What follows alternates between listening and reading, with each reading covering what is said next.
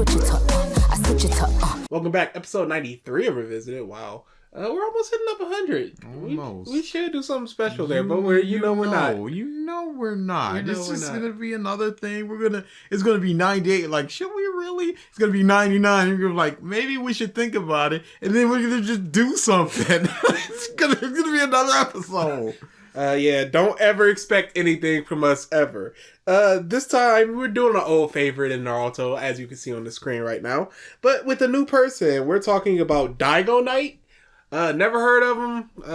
No hard feelings. I have heard about him. I've seen a couple of his videos. Okay. He's got some anti-Naruto takes. It seems like he's a big fan of it, but he's also recognizes that there's some not that good things in Naruto. Yeah, that's fair. So yeah, I've seen a couple of his videos. So I wonder what this is about then, because I don't feel like Sasuke... Oh, first off, we're talking about why Sasuke beating Naruto is brilliant. I don't think it's brilliant. I think it's just the way the story absolutely needed to go in the frame of, let's say Naruto wins, what happens after? Sasuke's just going to keep trying. So he changed the name of this. What was it originally? This was called the Chunin Exams. It's the Perfect Shonen Arc? Yeah, because I remember linking it in the Discord, and I was like, it's so perfect, y'all. Yeah, right here. How to write a perfect shonen arc. Yeah.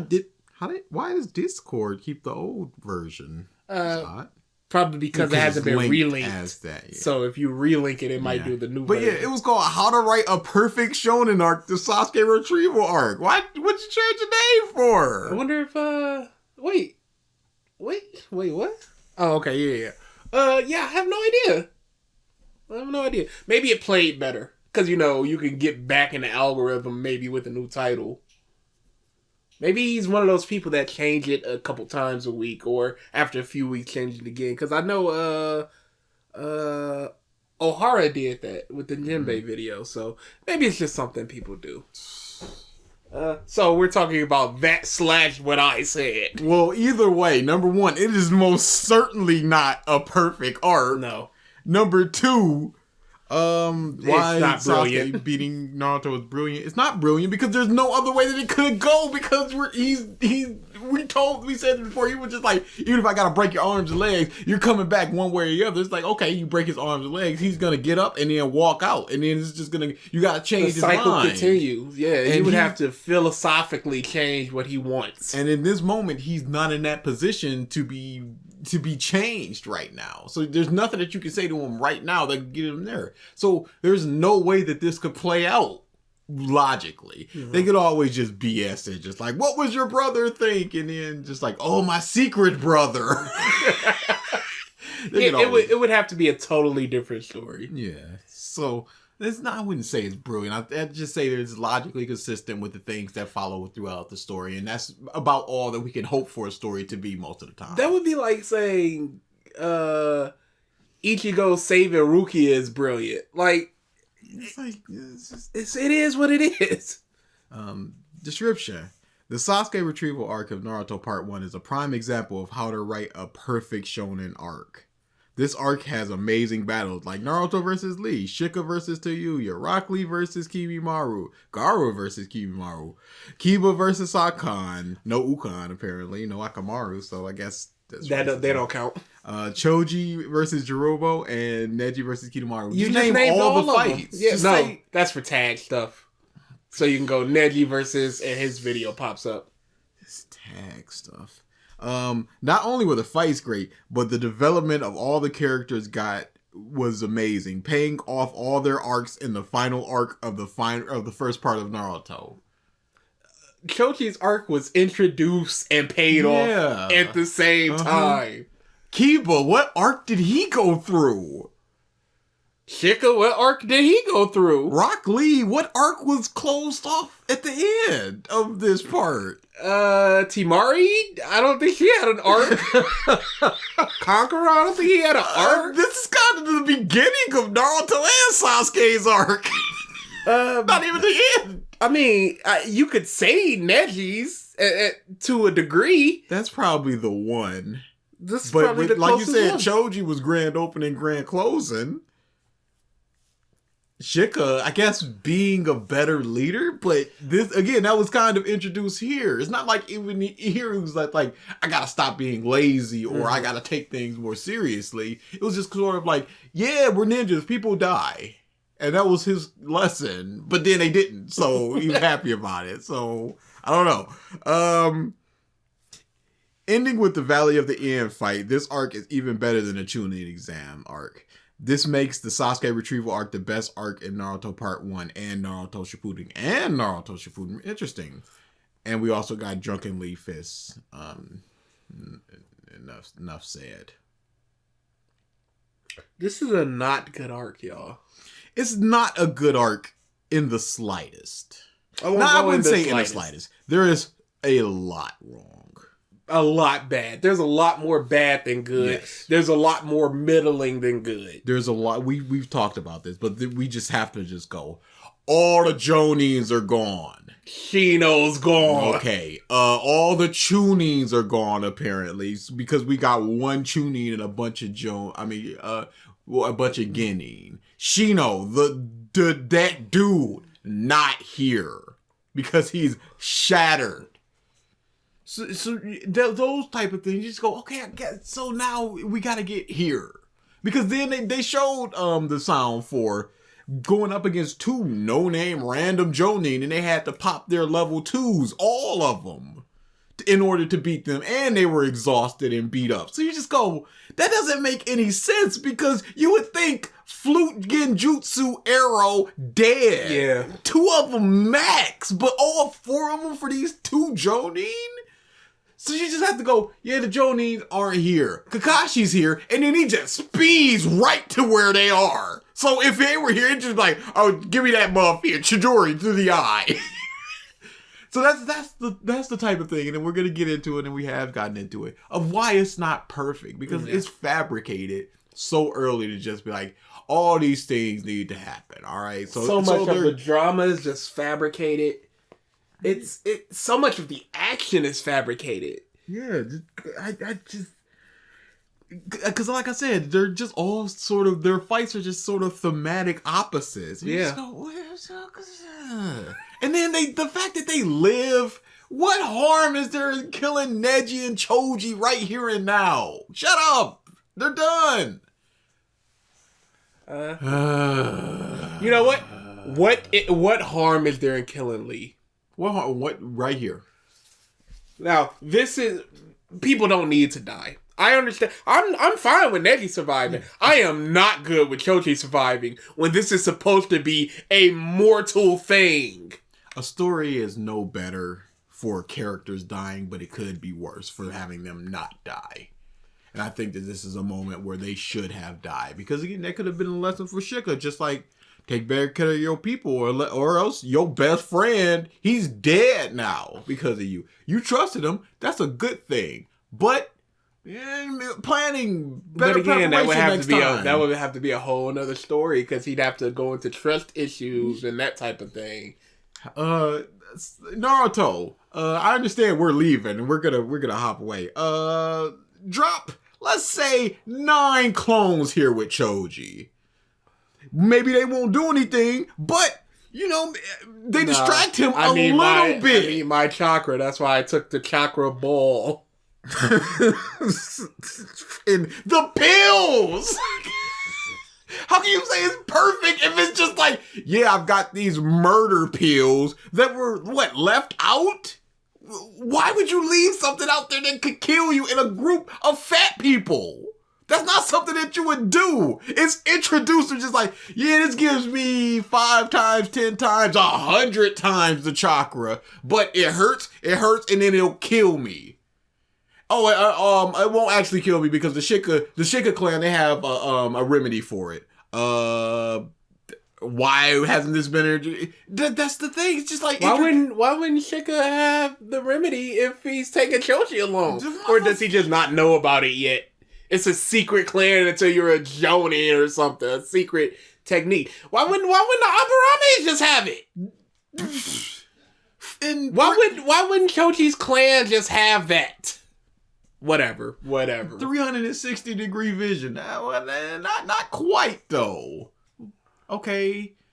Will it ever be brought up again? No. Another grand opening, grand closing. It's nowhere near perfect. Perfect in terms of Naruto? Nah, not even that. I'd say Land of Waves is more perfect. Yeah. More on erring towards perfection for Naruto. But even that still has a lot of problems. Yeah, sure. That we will. Let's get into this. That's not. Naruto has plenty of great arcs during its entire story. Pause.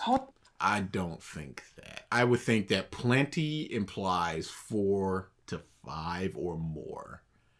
I'm thinking maybe 2. For plenty?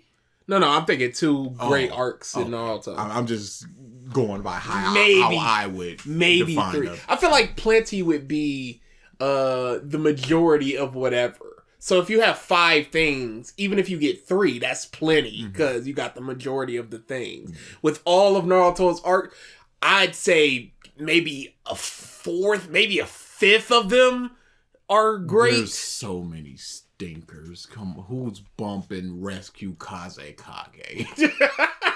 However, there's one that I would argue is a cut above the rest, and that would be the Sasuke Retrieval Arc. Many people prefer the tuning exams, and I love the tuning exams, but the Sasuke Retrieval Arc is Maybe not. Maybe not this video. Maybe we scrap it and we just start all over. actually more tightly written than the tuning exams. It does not miss a single beat. That arc is actually very impressive from a writing standpoint, and the art is... Why does he sound like a slower Nutaku? The comedy with the butt is also there. It sounds like a more subdued Nux. That's crazy. But he goes, the storyline doesn't miss a beat. But like you introduced, were Lee's parents in his life or death decision of wanting to be a ninja?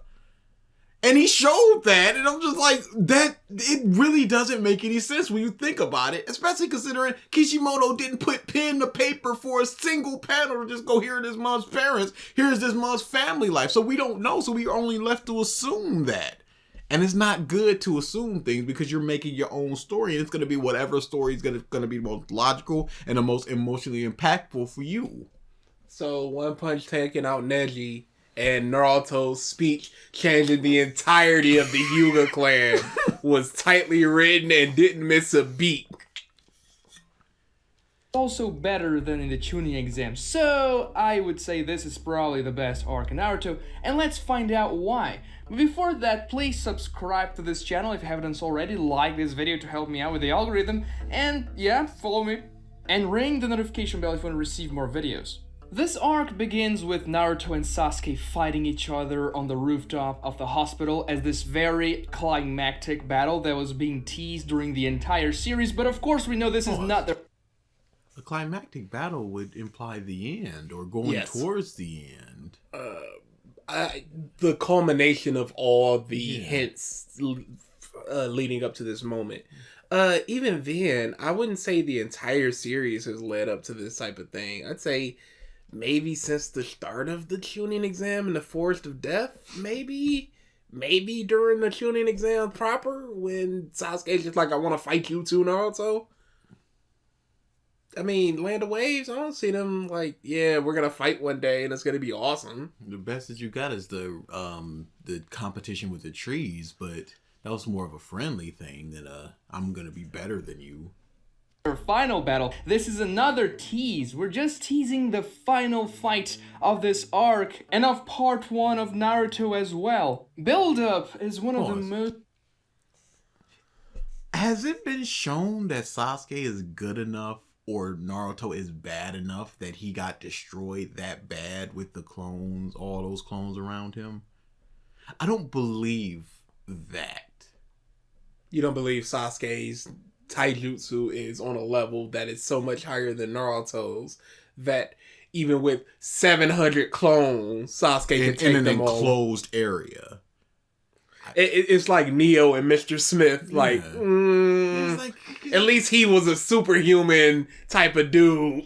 You telling me Naruto's not getting a single punch in? That's kind of hard to believe. I understand the Sharingan and everything, but behind your back, does the Sharingan have a 360 degree? I don't think it does. It is descended from the Byakugan, so But maybe it's the improved version of it now. It's just so much better. Yeah. The Hyugas got screwed. Legitimately. They got rocked. That's not fair.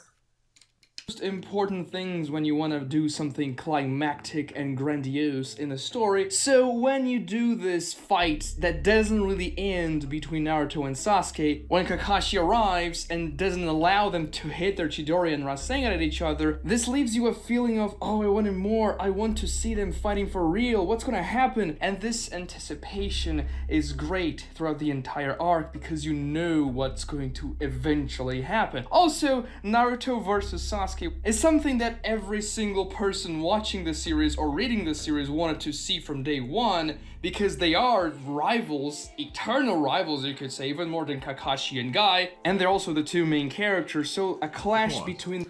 Did you want to see it from day one? I didn't care. I also did not care.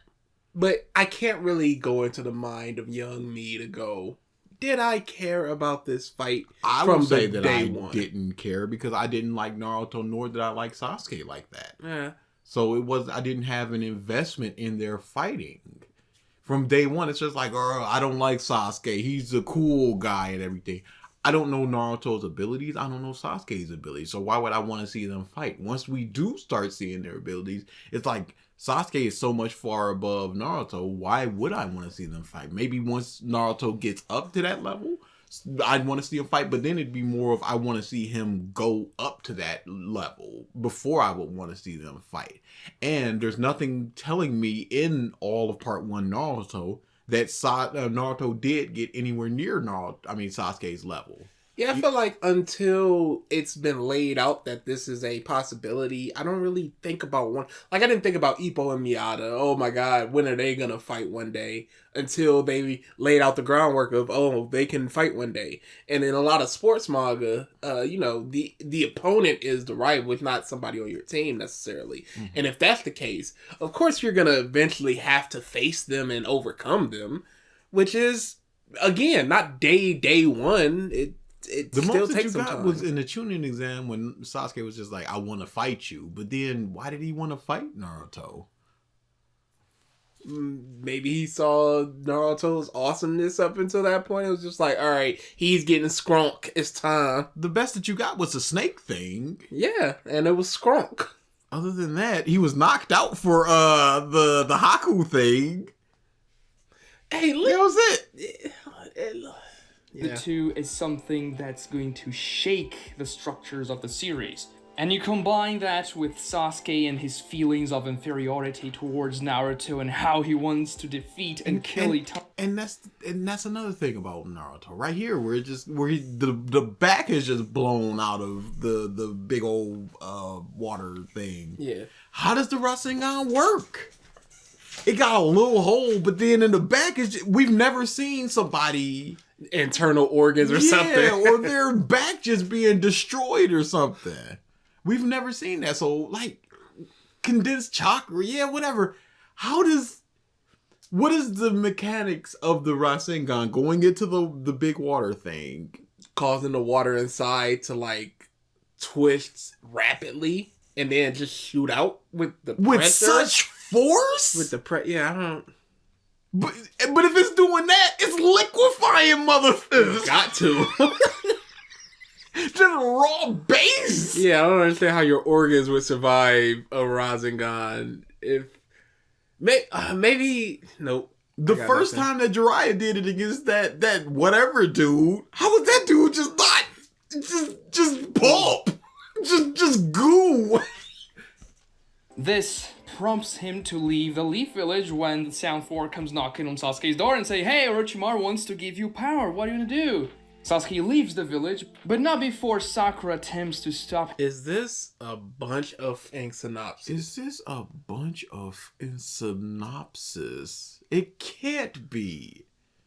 him and fails miserably. In a very gut-wrenching scene, it's not easy to watch that because you want Sakura to actually bring Sasuke back. And you see It that was super easy to watch that. Yeah.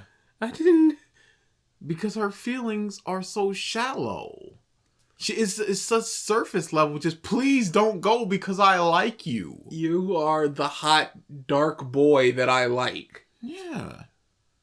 So please don't go. It's very easy. I understand people crying. That makes people feel uncomfortable. Oh yeah, I'm a sympathy crier. But it's like watching a kid just get shot in the head in a movie. You're going to feel something because that's a kid. And then, Or a dog gets shot in the head. Yeah, But that's are you just- going to feel the same if a bad guy gets shot in the head? No, you're going to feel like triumph, or you're just fodder for the hero. But your instant mindset is, oh no, kid, oh no, dog, helpless, sad, they're dead now. Your instinct is, oh, somebody is crying. Young girl crying over her friend / love interest. Empathy.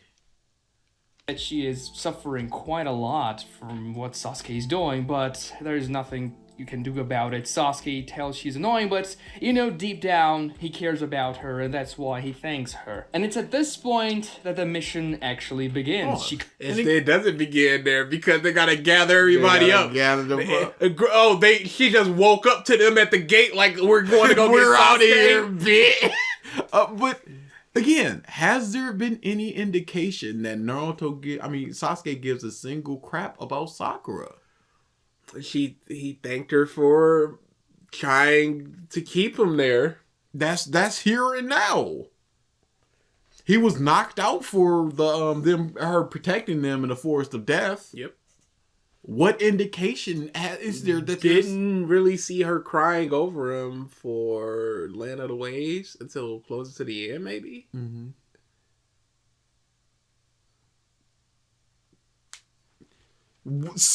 It's future stuff doing the legwork for past stuff.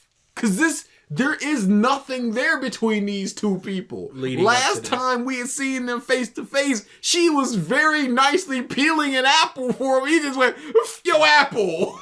Oh, super rudely. It's like, eat it. Kamaru assembles a team rather quickly, just him, Naruto, Neji, Choji, and Kiba to go after Sasuke and the Sound Four, which are accomplished shinobis that escorted Orochimaru during the Konoha invasion arc when Orochimaru was going to assassinate the third Hokage. So, yeah, these guys, they are a big deal, especially for Okay, Gon. we are 3 minutes in. This is a very... if I was a fan, I would not find this video interesting. Why? How could you? He's not saying anything new, nor interesting, nor nothing with analysis. He's just saying what happened. And again, these months are not accomplished because they got almost pieced up by two Jonin. Regular fodder Jonin. Two normal mafias. It'd be like if today's Vegeta was panting at Raditz. It's like, wait, Like he had to go blue and he came back all tired after fighting Raditz. like, oh, he's so elite, trained with gods.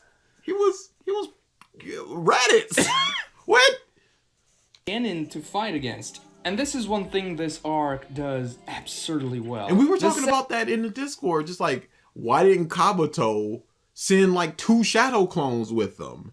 Why didn't he leave a shadow clone with Oro and then go with them? Mm-hmm. There's so many better ways that this could have been done. But they just went, these 4 people go on out there and retrieve Oro's future body, the thing that he wants so bad. And it has to be done quickly because he's suffering so much that he can't even take the pain anymore. And he just transfers bodies halfway before y'all get here. Wouldn't it make more sense for him to go and just be like, I'm leaving a clone?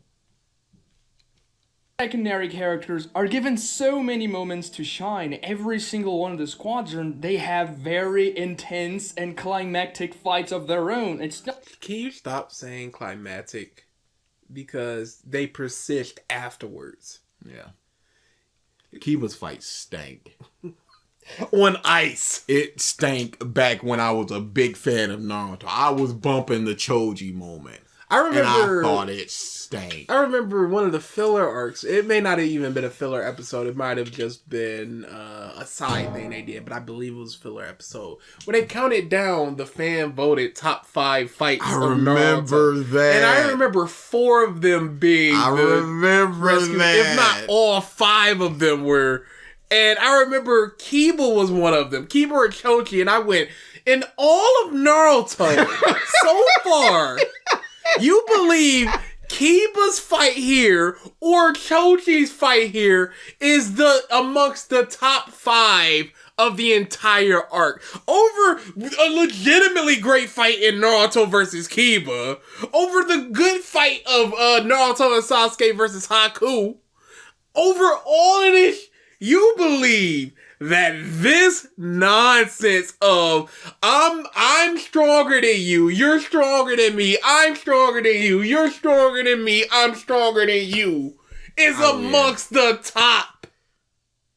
It is. Yep, here it is. It was episode. What episode was this? Because it's called The Top 5 Ninja Battles. Disgusting. Episode 202. Oh yeah, that was near the end of the filler. Placed at number 5 was Naruto versus Sasuke on the roof. Number 4 was Choji and Jirobo.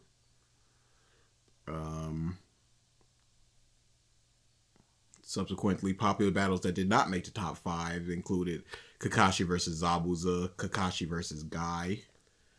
Why would that? Why would it? Number 3 was Kiba versus Sakan. Bro! 4 and 3 are Choji and Kiba? Number 2 was Neji versus Kidomaru. And number 1 was the Valley of the End. So we didn't get Rock Lee and Gaara versus them? We didn't get Rock Lee versus Gaara itself? No, we did not. We didn't get Shika Temari? No, we did not. That wasn't Punch. We couldn't have the time for Choji. No, we needed Rooftop Battle, the all 1.5 chapter of it. What's this list? Who won it? This is a horror. Japan loses again. Constant L's. I can't believe how many L's I see when I look at character polls, and it's just, why are you voting for that person? And the thing about that is, once, especially with something like My Hero, once the month come back, because here comes Gentle and LeBron, you go, are people getting hyped about this? Because Giannis ain't. No, he is not. He done seen the light. But are people getting hyped about this? Because clearly you don't care about these characters enough to vote for them. No, I can't say people are getting hyped because it's so many people's least favorite arc because it feels so fillery. So what's the point of the big spread of him just going, it's me, mother? The end scene of just LaBrava, almost full page. I think it was a full page of LaBrava. For people that don't care, that's just like, oh, that's that chick from wasn't she like a camera girl or something?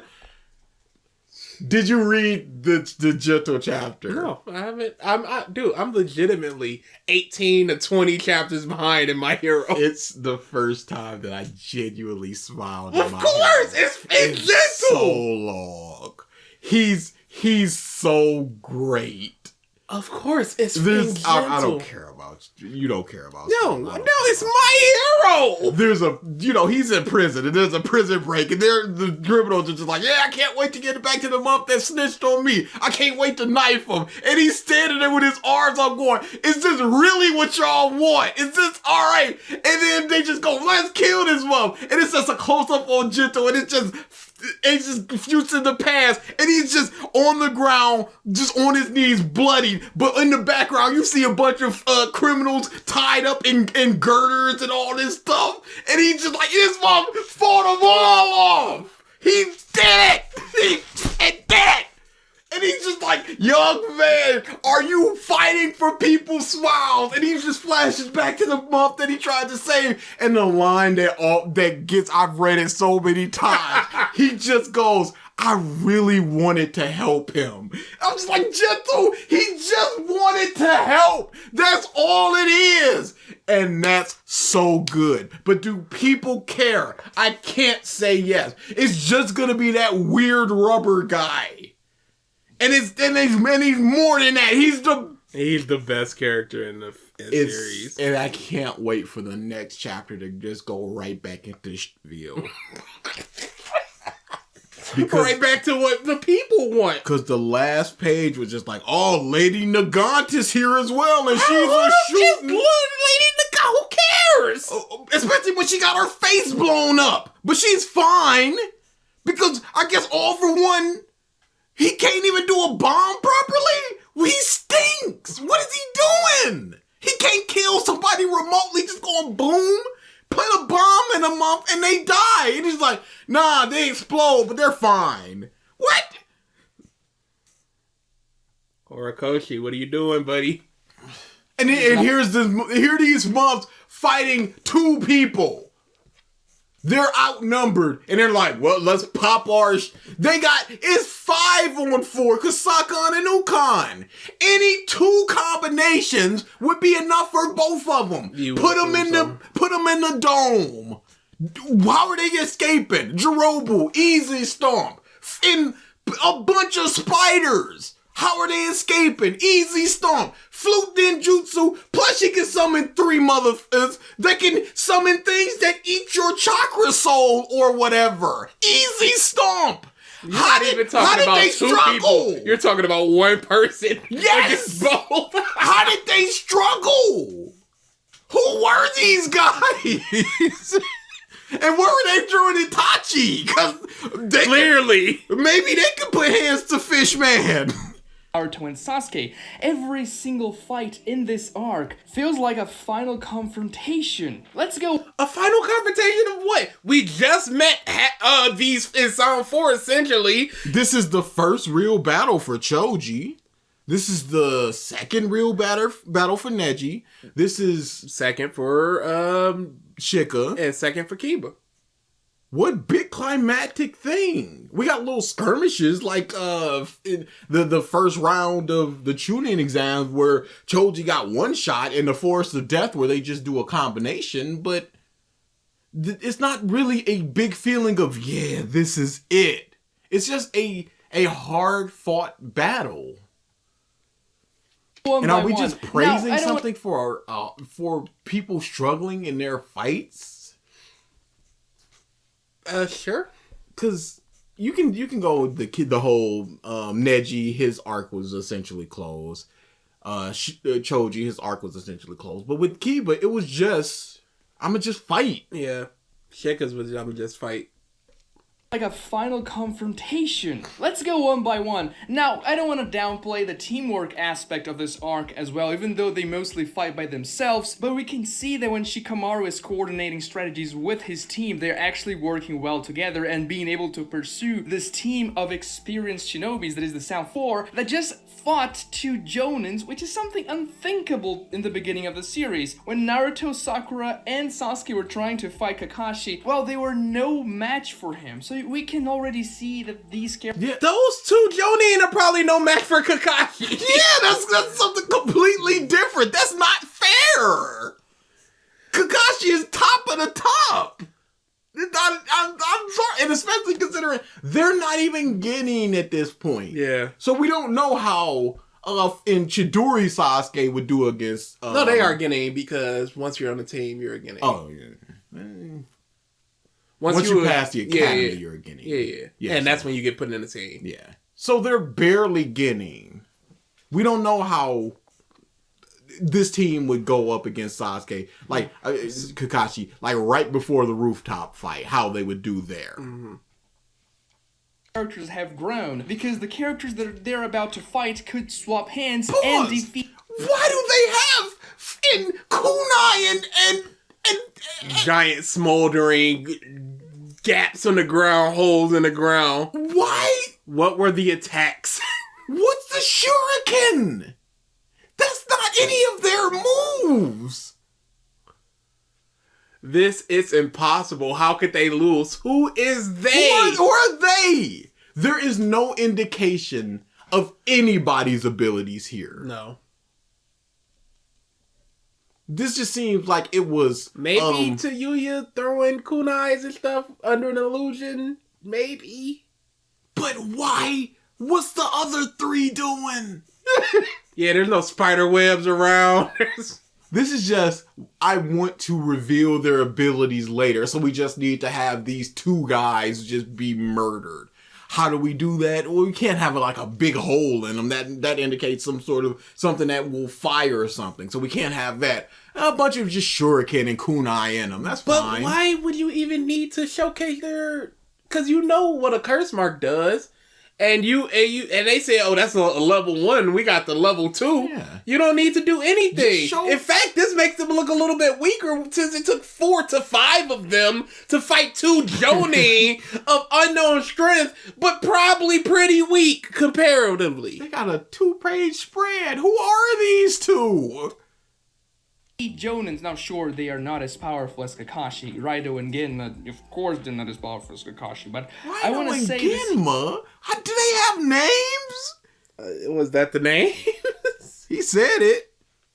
Oh, why does that come up? Oh, the Proctor man. That I don't know how strong he is. Yeah, he was just he killed him a beanstalk or something. I didn't even know that was him. The hair looked familiar. I guess that the way that he has his headband. I'm gonna look because the Wikipedia has strength levels, abilities. As a well-noted veteran shonen, Genma is known for taking part in difficult missions because of his skills. Where is that noted? The second data book. He was able to hold his own against an elite jonin like Baki. We're just saying that Baki is an elite jonin. Yeah. We've seen nothing that he can do. As seen when he threw two kunai to stop 2 of the ladders midair. Oh, they just showed it on the screen. Very good. While physically fatigued due to a prior mission with the assistance of Raido, whoever that dude is, he was able to force the Sound 4 into activating the stage 2 of their curse seals. His abilities are further attested to the fact that he was placed in a Hokage guard platoon. It's the Hokage guard platoon! A platoon that guards the Hokage. For what purpose? Is this filler? Naruto chapter 562 is when the introduction of the Hokage guard platoon is mentioned. Yep. Is there a problem here? There are 2 paragraphs for this. Yep. One of the paragraphs is 1 sentence. Cool. Okay, so that guy died. That was the point.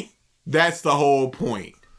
here we can see the progress of our characters, especially in strength and also in just character development. But I'm gonna get to the character development We don't see when I talk about their specific fights. The first major fight we get after Naruto and Sasuke swap hands in the rooftop is Jirobo versus Choji. Now, Choji's never really been the focus of the series. His fight in the tuning exams was very brief. He did nothing, essentially.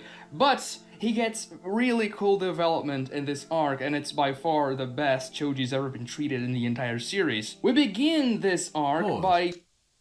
Is it to be celebrated that they do nothing with a character for, some almost 200 chapters? Then they do everything, and then they do almost nothing for the rest of the series. until the final, 30 chapters. Ino telling Choji he should lose weight, and Shikamaru comes along and says, "No, Choji, you should be yourself. Don't listen to her. She doesn't know what she's talking about." And Choji has this inferiority complex. He essentially doesn't feel like he deserves anything in life, but Shikamaru and his friends, well, they turn Choji around. And Choji... Again, this is the... As the arc is beginning, we're getting his insecurities. It's not like it was peppered throughout the manga. It's just, hey, I'm sad about this thing. Oh, are you? It means nothing when it's a grand opening, grand closing. sacrifices himself in the fight against Yorobo so that his friends are able to Make sure you take your military ration pellets. continue the fight. He is willing to take the final red pill so that he gains 100 times more strength, and he knew that's very dangerous, but he does it anyway. It's really poetic too because Is it dangerous if another clan has the remedy for it? Yeah. Self-sacrificing in and of itself, it's one of those kid getting shot in the head things. It's just, oh, they're self-sacrificing. This is sad. But then you just gotta look around this. Just go, well, how did he do that? Well, this guy ate his last potato chip, and then he got real mad. So he ate the pill that was never introduced before that raises his power level by 100 times, and then he punched him into the face. Real hard. Real hard. And then that killed him. Or it was supposed to kill him, but it didn't because he was saved by a bunch of medical ninja rocking up and just going, yeah, we can fix him. And then they do fix him, even though they go, ooh, it was hard to fix him. We don't know how they fixed him, and it's just like, we fixed him. It means almost nothing that he could take a pill and be that much stronger. He did not earn this victory. The only thing that you can say is that he earned it via the fact that he was willing to sacrifice himself in order to win. But as far as Neji was too, but he used it with his own ability. He went, there's no way I could get to this bug, so I'm gonna get stabbed in the stomach and then put my gentle fish through his thing. That is a self-sacrifice that is good because that leads into his abilities. Not just, I'm going to do this thing and then I'm going to win. No, this could not work and I'm dead. I have to think about this plan. I feel like this would have been way better if Chochi didn't win, he just held him off and then other ninja arrived. Or maybe his whole level 2 thing is it takes so much chakra that I need to sap other people's chakra, and then he just sort of fell out because he ran out of chakra. Anything, and died. But not just I got 100 times stronger and then I win with no consequences, no lasting effects, nothing. It's really poetic. Oh man, he ate the yellow one and he ate the green one, and then he could blow up his arm. Could he not do that before? What is this a big thing that he's doing this? Oh, he ate the yellow one and then he got real big. Was there something preventing him from doing that before? He has the knowledge about how to do that, so surely he trained that. But he said that he didn't know that the yellow one was going to hurt this much, so he didn't take the yellow one in order to blow himself up like that. So how did he do that move beforehand? Who knows? But then there's also just the red one of just, it kills me. Butterfly. Because his name is Choji. He's expended precious chakra to make butterfly wings. But it's a striking visual, and that's enough for people. But when you think about it, it's like, why does he have butterfly wings? Did he make them himself? Or is that just the thing that happens with the Akamichi clan? I can't imagine that because his name means butterfly. So is it a Choji thing? Is it an Akamichi thing? In either case, why? No, but it's cool though. But he does it anyway. It's really poetic too because he has this line where he says, oh, this punch is for the last chip that you ate. Yeah, sure, Kishimoto kind of paired up the two fat characters to fight each other, which is kind of ironic, but you know, it was very much... It wasn't ironic, but how is it poetic that it's about a fat guy not getting his final chip? No, he just said that it's poetic, and then he just moves on. He doesn't explain why it's poetic, what's poetic about it. What's poetic is the butterfly wings, because his name is Chochi. That is quote-unquote poetic. Yes. Him delivering a punch over a chip is not poetic. If anything, it's mean-spirited.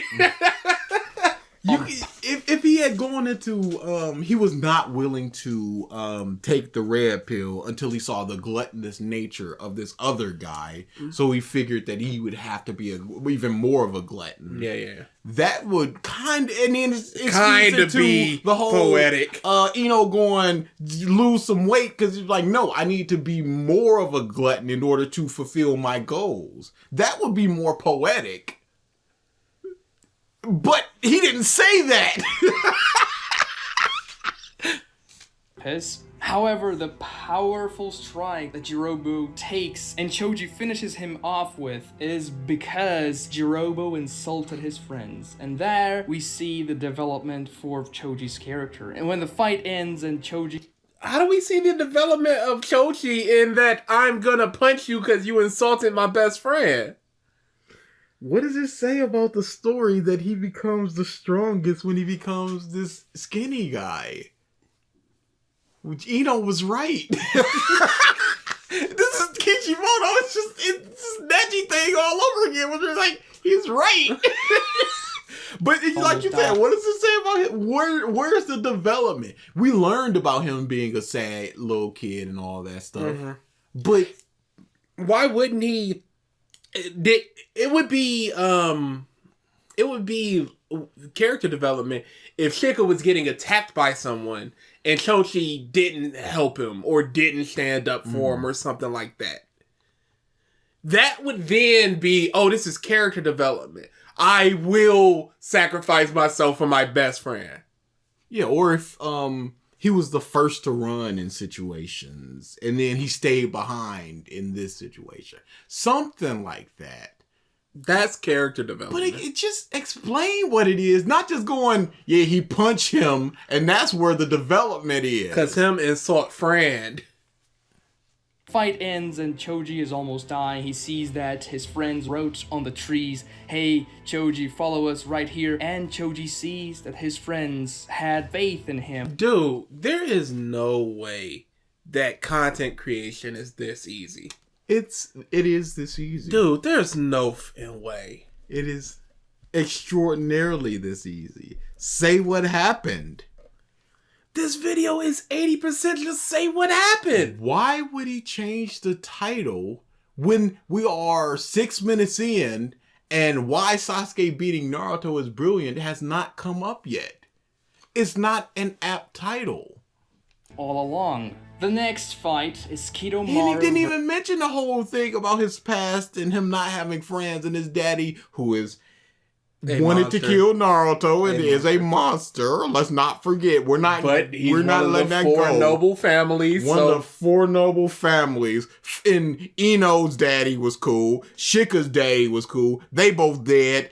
Choji daddy gets to live. That's cool. I don't understand that. He's a murderer or a potential murderer. He would have big fist, turned into a big fist and squeezed Naruto to death if he got his hand on him.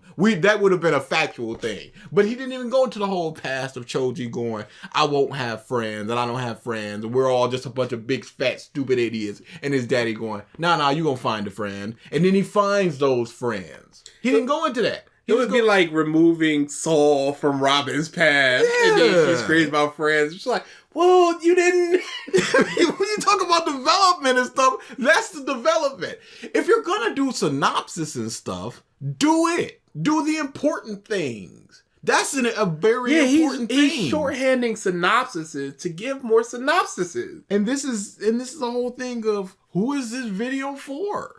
Because again, we are 6 minutes in and he's essentially talked about what has happened on the page. And this fight is not only cool in a thematic perspective, but it's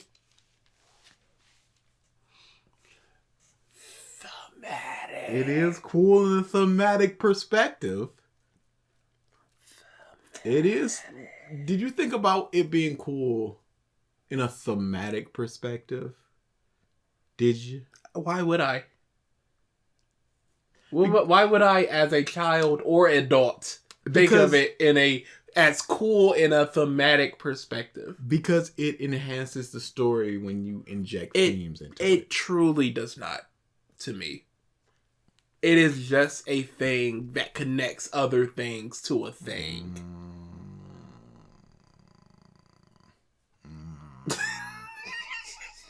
Probably one of the coolest fights in this arc, just in terms of strategy. Kidomaru is an intelligent character, and It's one of the only 2 fights about strategy.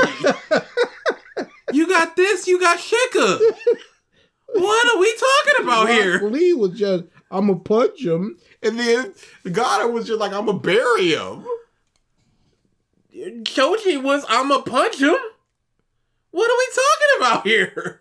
is able to dissect Neji's weakness in the Byakugan. He fights perfectly, and his strategy was almost going to work if Neji didn't find out a counter in the last second. And we can see, Neji is technically the only character that doesn't cheat in their fights against the Sound 4, because Choji got a pill, and Kiba and Shikamaru got help in the end, so Neji's the only one who actually won the fight without having to cheat, and his fight... Help is not cheating, dude, but Choji is a cheat. Yes.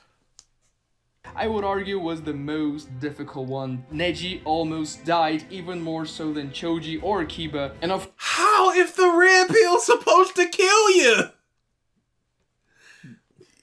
course that in that fight, Neji accepts even more that the words Naruto told him in the tuning exams were true. Something cool for the character. I think that if Neji had died in this fight, it would actually been a very good death for him, much better than what he got in Naruto Shippuden. But anyway, it was a great fight, and we can see that all these fights feel like climactic endings for...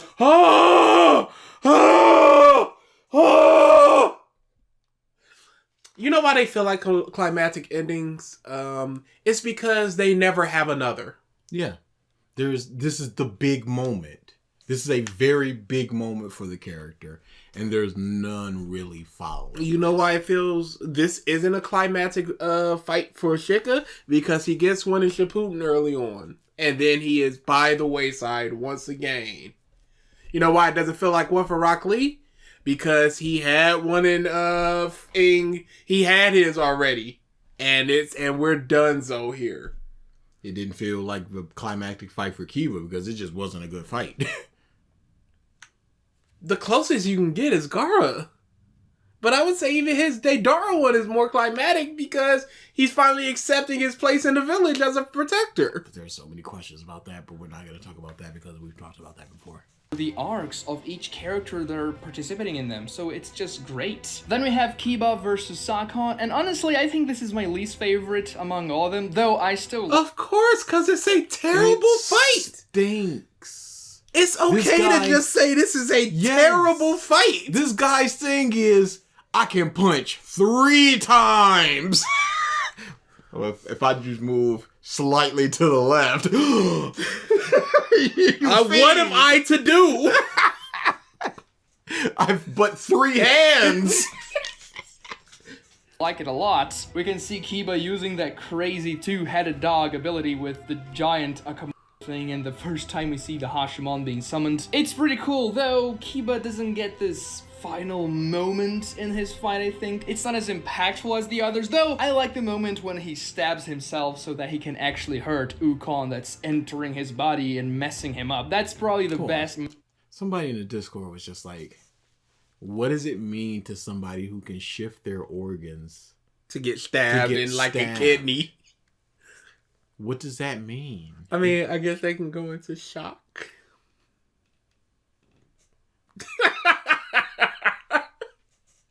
No, it's a cool moment. Self-sacrifice.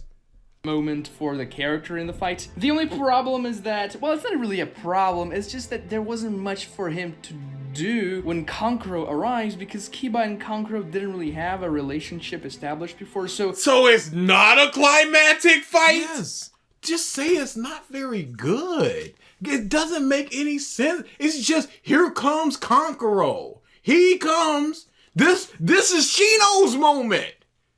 Because they had a fight. Yeah, that should have been Shino's thing. But he's not here.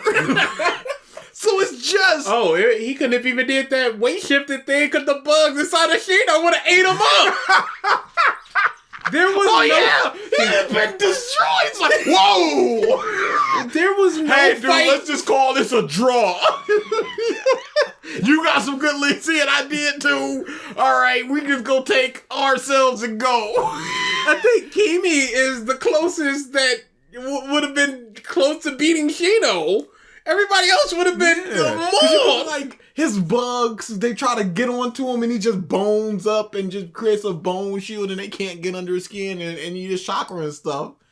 But if you're fighting the dude that's just like, this is the guy, Shino should have been there. It's like all of them months is struggling. It's like, here comes Shino fighting the biggest bad dude. He can still just do like, because on the games he has like bug tornadoes. Oh yeah, no, he still has attacks with bugs. Yeah, so he can still just do that. He can get one in his eye, in his mouth. He get one in him. It's a slow burn to death. So this one, it's just, here's Shika and Temari. They had a fight. They have history in the past. Yeah. Here's Gata and Lee. They have history and they have a past. And here's Kiba and Kankuro. He's just here. No past, no nothing. The thematic connection that you can make is that they're both people that rely on other things to fight. But even that is like sentience versus inanimate. Like, but again, this is just like, there's nothing here.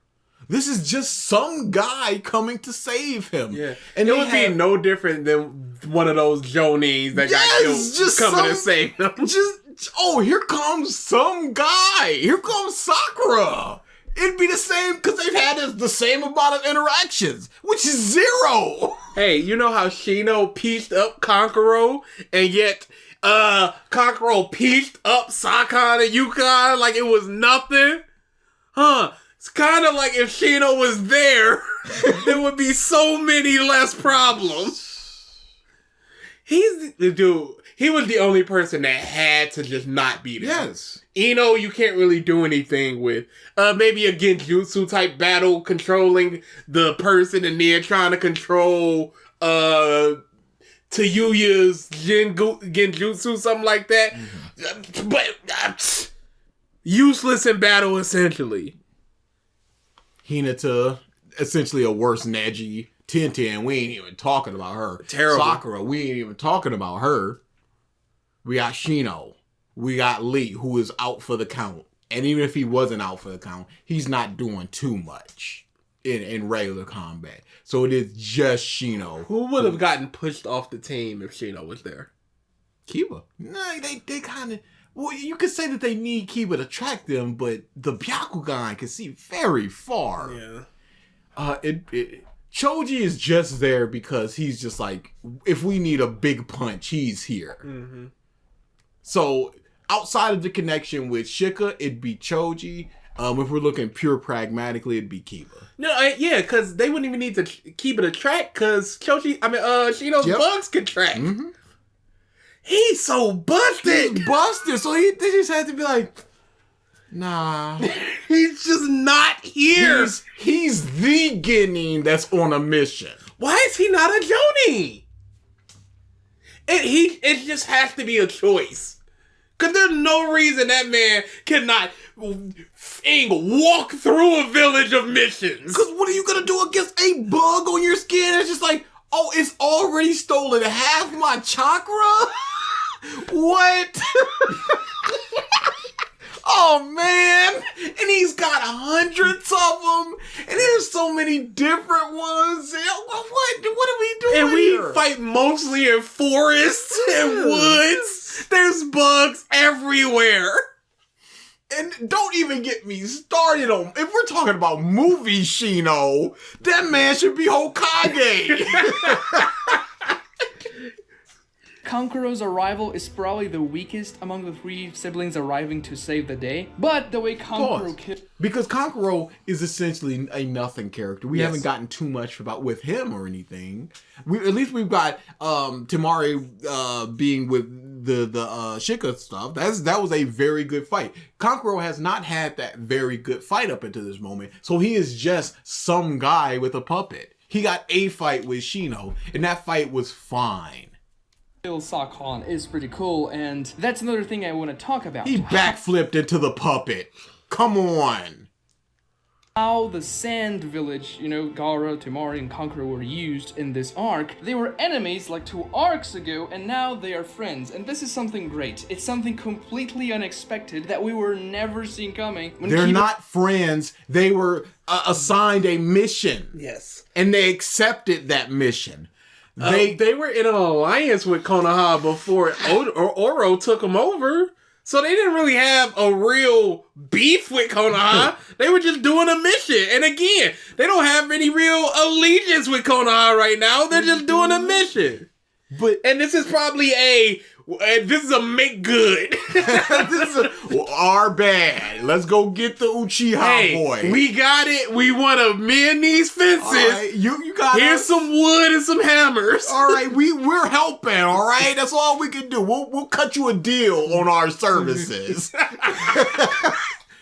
Because you gotta look at it like, did the Sand not have any Jonin or Chunin? I was just about to say that. You gotta look at it like Tsunade was just like, all right, Sasuke is gone. You guys go get him. But also, I'm gonna write a letter to the Sand Villages. It's like, send somebody to go into the forest and track these people somehow. Because we don't know about Temari's tracking abilities. We don't know about Kankuro's tracking ability. Gaara got that sand eye. And what is that doing?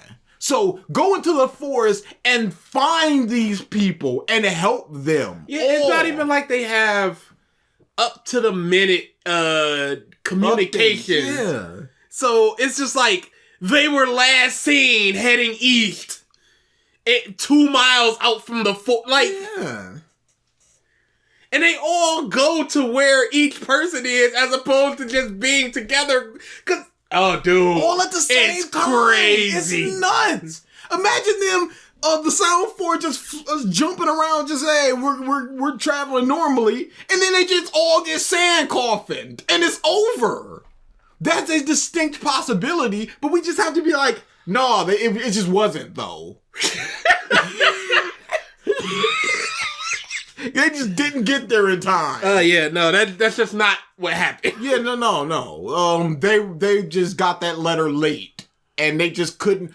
The tracking thing is because they all just rock up where they are, and it's not like the Kiba fell down a cliff. Like, it's not even on the path where they're just kind of, all right, I see Shino, I see Shiga over there. I'm gonna jump off here. Gotta you and Kankuro keep going. Kiba is there for his tracking, to track these people. And they just have to go, well, I hope we run into them separately. And they all do at the exact moment when they're about to die. It's cheeks. It's very convenient. Don't think about it. Big moment. They're here to help Kankuro and Kiba. Finally, this interaction. He was smelling something coming towards them, and he was like, oh no, what's there? They're coming here. What are they doing here? Why are they here? He was desperate because he thought, well, we're gonna have to fight against the Sand too, but no, they came to the rescue, and the scene when the Sand siblings arrive to save them is just amazing. You can see how hype. Yeah, it's just amazing that they're here. We are 8.5 minutes in. Yes, how much analysis has this man given? Less than a minute. This is DBZ MRAN level. This is disgusting. And I know the comments are just gonna be, I was a kid when I saw this, and I felt about this. They're not gonna talk about the video. How can there's they? Nothing to talk about. So it's just gonna be, man, I like how you brought up the thematic. How you just said that this was poetic. This arc is, the pacing is phenomenal. Something is always happening. It's exciting every single page. Something always happening does not equate to good pacing. Something always happening does not equate to exciting. Mm-hmm. Because you can have 2 people slapping each other over here, 2 people slapping each other over there, and 2 people slapping each other over there. And it can all get boring because they're essentially doing the same thing, but it's at the same time, so it must be exciting. A lot of Marineford was panning over to little skirmishes going on, so there's a lot of stuff happening, but the pacing was awful because they're doing in 5-minute stare downs. This arc doesn't miss. I think the only time it may get a little bit slow is It doesn't miss except this. when they are inside of Jirobo's orb that's sucking their... No, because that's good stuff, because they're all strategizing, getting at each other's neck. Shit has to step in like, no, we gotta work together to get out of here. Yeah, this is... But it's not the... But it's not always something happening. It's characters sitting down, being characters, and working something out. Thinking about a way to get around. Instead of just doing the action to get around it. chakra, but that's just much slower in the anime. In the manga, it's not that slow, and that's usually how things go anyway. And then we get Shikamaru versus Tayuya, continuing the theme that Shikamaru only fights against women. This doesn't really continue up to... What theme? He's fought 8 women before! Oh, 2 women. 2 women. Yeah. Yeah, boy. I forgot about the sound in the Q&A. The Forest of Death. They did that team up against... But I guess he did shadow possess the woman. There you go. If you want to get technical. Naruto Shippuden, but in part 1, every single major fight Shikamaru has is against a woman, which is funny, and it's a good theme because Shikamaru... Why is it a good thing? I forgot about the whole I will shadow possess these 9 people and die now. Those were guys. But he said major, so I guess that doesn't count. A woman, which is funny, and it's a good theme because Shikamaru's always like, oh, this is such a drag, I don't want to fight a woman. If you win, well, you beat a woman. If you lose, well, you lost to a woman. He has that mindset, so him having to go against women every single time is funny. Go back to that. I don't think it's funny. That is not good art. No, it's not. This is really not good. But it was roughly early. You're not going to be a great artist. This is in the 30s or 40s. Even 30s and 40s. You're 30 weeks in, essentially. Look at the difference between chapter 1 and chapter 20 of Flame of Recca. I understand. But look at chapter 1 and chapter 30 of Ippo. I was just about to say that. There's not too much difference. Right there. But now look at Ippo now, and it's like, oh, this is one of my favorite artists. Time is funny. Also, the tactics involving that fight against Tayuya, Shikamaru pulls off some amazing IQ strategies to counter her movements, and still, it's not good enough. You can see that Shikamaru is actually pushing himself quite a lot. He's actually caring for once during this mission. He feels the responsibility of having to... Why wouldn't he care? People are gonna die. You don't say he cares for once because he went, I'm going to shadow possess these people and die. In the forest. In the forest. He said that. This isn't the for once thing. Lead a team. He's the Chunin in the group now. He has to be the leader, so he wants to win this fight. And yet, it is not quite enough. Shikamaru was going to lose if Temari didn't arrive and saved him. And then, of course, Temari arrives, saves the day, and it's great because Shikamaru and Temari have this relationship ever since... He did some high IQ stuff, and it was great. And then Temari saved him, and it was great. It was great, but it wasn't enough. And then Temari saved him, and it was great. Because they had a relationship after a fight. I would be embarrassed to put this video out. Because this is nothing. This if it was called... People are gravitating towards it, so... If it was why I like this... arc, that'd be something different because that's a personal, here's what happened and I think that it's a good thing. But this is somehow both the perfect arc and why Sasuke beating Naruto is brilliant. And you've not talked about why it's perfect. Just the thing that's happened. Thematic. It's the things that has happened and is good. Why is it perfect? We are more than halfway through this video. This is incredible. This is not a good video. This is not a good way to do videos. It's not a good way to do analysis. Yes. If you're just doing an overview of the chapter, like what happened in blank Superman arc, and you're just saying what happened in the Superman arc, whatever.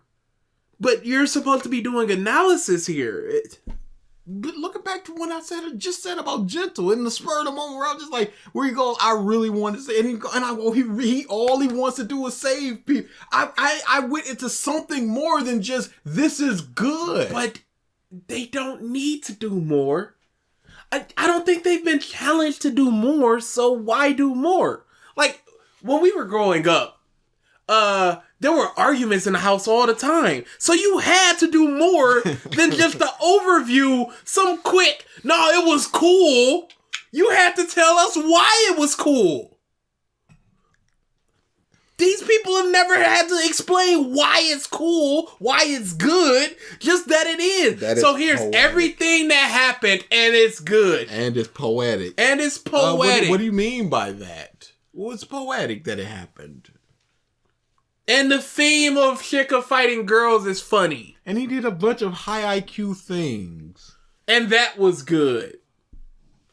If I was talking about it, I'd be like, he's 4 steps ahead of people constantly. We've seen this when this happened and this happened. And in this fight, even though he's outnumbered several times over, even though he has a minimal amount of things that he can use, he's still, even it speaks to his mindset of, I'm in a genjutsu. I know I'm in a genjutsu. I need to get her close to me so that she feels safe and secure. I'm gonna break my finger, get out of it, and then trap her. You can even further it going, this could have been a great moment of Shika trying to enhance his chakra reserves or whatever. Yeah. Because this is 2 fights in a row where he was essentially brute forced into a loss. So even when he has the person so close to him, she can still push back simply because her chakra is stronger. So maybe this is the time to look inward. Chakra reserve and to get some sort of offensive shadow. Yes. A better offensive shadow, not just the shadow strangulation, which then goes to shadow stitching, which is just a bunch of little shadow needles.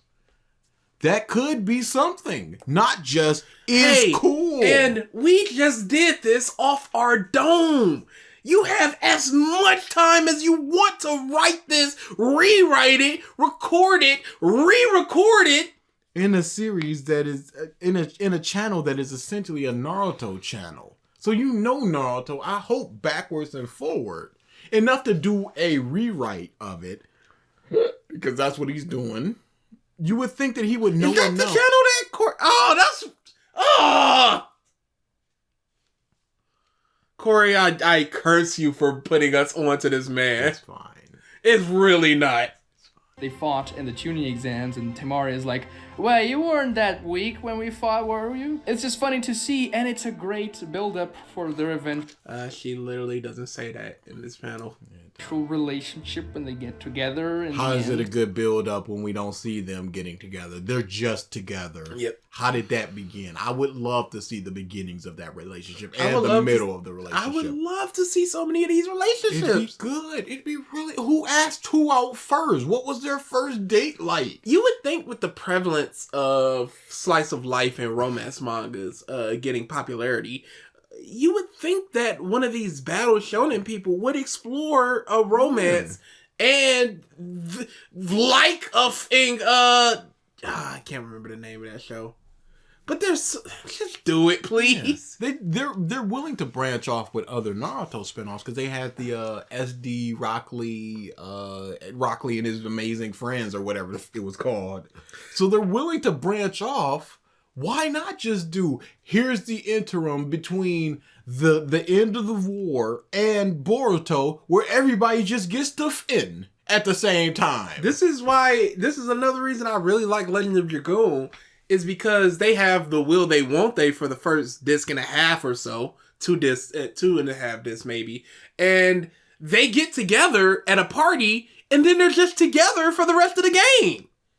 They are just a couple. They get in a boat and just like, let's spend time together. Let's see it. Same thing kind of with Final Fantasy X. But I don't just want the relationship. I don't want to just be like, they're together. I don't want the series to go on. It's a time skip after the big battle, and it's just like, here's all the couples. Here's all the couples. I don't care about just seeing them. I want more than that. I want to see their dynamic when they are a couple. Does it change? Does it increase the potency of their back and forth yelling at each other? Anything? No. Not just here they are. and all that. Have a child, you know, all the good stuff. Mari arriving is just great, and she one-shots Tayuya in the... How many times has he said great? About as many times as you said climax. Once this video is over, I am going to go to the transcript and see how many times he says great and climax/climactic. Very unceremonious way. She just summons her thing, and that's it. She cuts the entire forest down. Tayuya's dead. Next, we have Kimimaru versus a lot of people. First, he fights against Naruto, and we see that Naruto is amped by the Nine Tails. He creates 1,000 or so clones, and Kimimaru absolutely destroys them. He doesn't care at all. His taijutsu is enough to completely no-diff an army of amped shadow clones. So we were like, yeah, no, this guy is probably a big... And that's another problem with Naruto as a character. He has nothing. It's just, I'm going to shadow clone, and then we're just gonna punch each other. It is brute force. It is no strategy involved for the most part. It is just, I have a lot of people. Yeah, I got the numbers. But then it's just, right here it's not enough. With Sasuke it's not enough. Surely you have to realize it's not gonna always be enough. But how about I just do a really big Rasengan? It's the bad guy. Training. It's the bad guy sending henchmen in action movies and karate movies. Like, okay, you got 14 guys here, but it truly means nothing. They're nothing. So, you're just gonna send more because that's all you got. That's all you can do.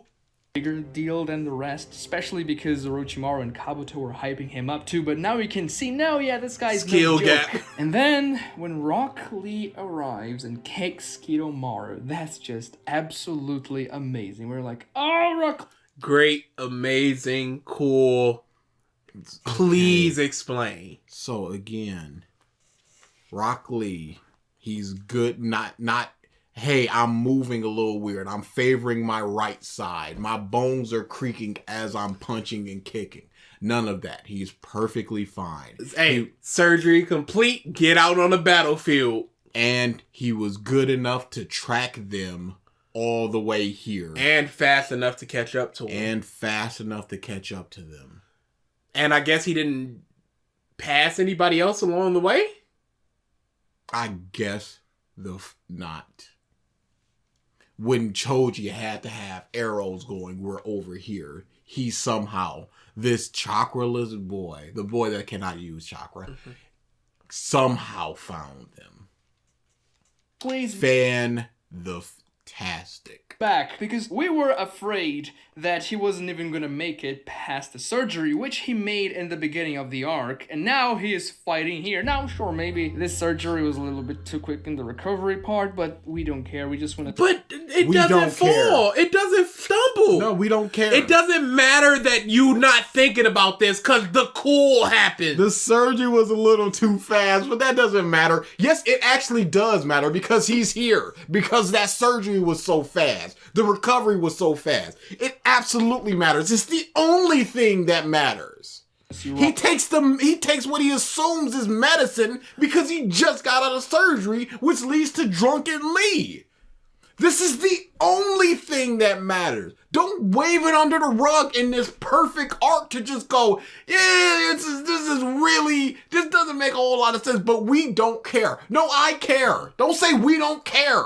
If you speak it to the whole audience. It's the royal we. It's the people that do care.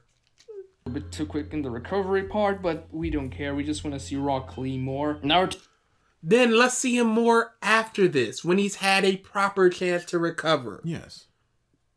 Let's see him. There's no reason. No, go ahead. Let's see him doing more of Rock Lee stuff, more training, more of his ninja way stuff. Because now he's just here and he's fighting. He has no stake in Kimimaru. This is just some guy. This isn't a thematic battle, as it were. There's nothing connecting these two people. It's just a guy doing a thing. If he was fighting Hinata and just going, I need to get over this gentle fist bush.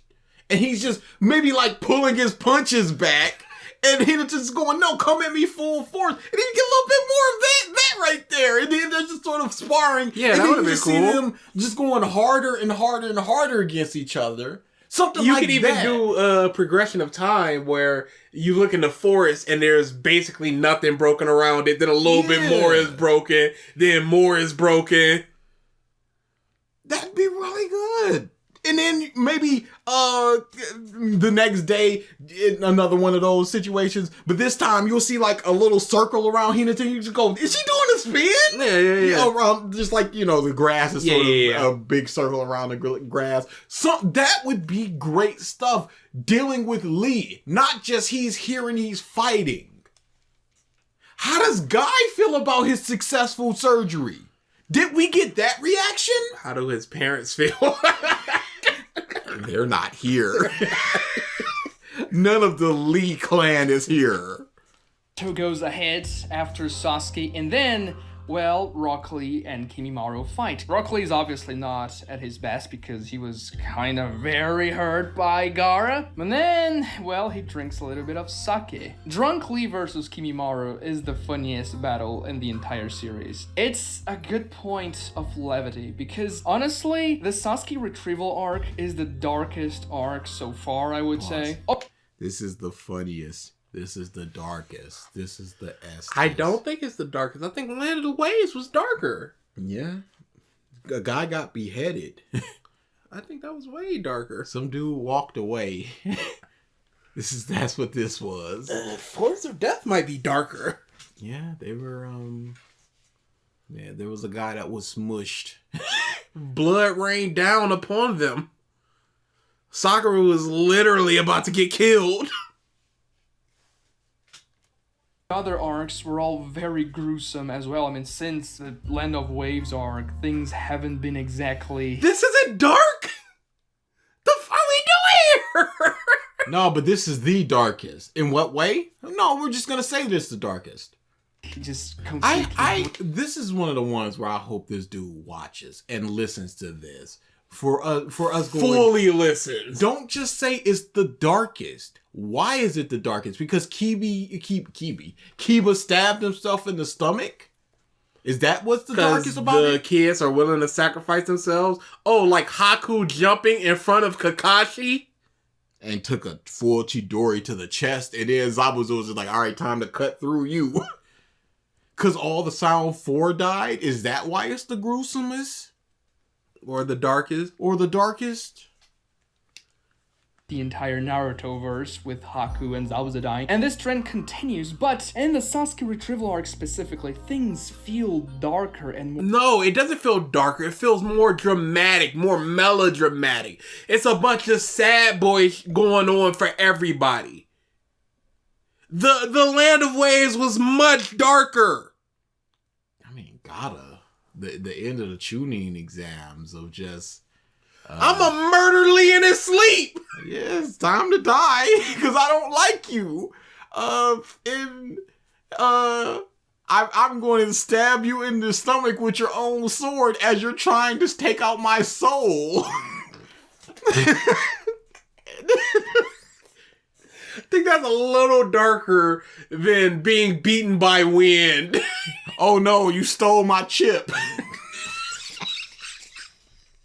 Oh, my soul!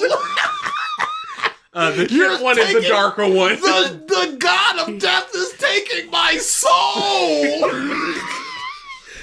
Monkey King, help me! Oh god, it's the resurrected corpse of my two teachers! The two former Hokage! Oh, I have to kill my former student who has gone evil, or I shall die myself. I got a big... Hey, we know really why he didn't want to resurrect that fourth boy. He didn't want to answer them questions about Naruto. He didn't want that smoke. And so how my child doing? Oro, you don't even need to control me. I got this.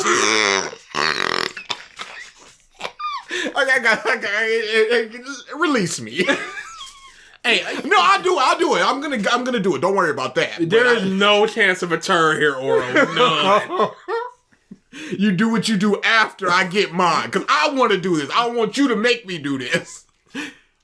tense because the status quo has changed. Sasuke is leaving. This is something that... Does status quo automatically equal darker? The status quo changed in the Chunin exam because Lee can't fight anymore.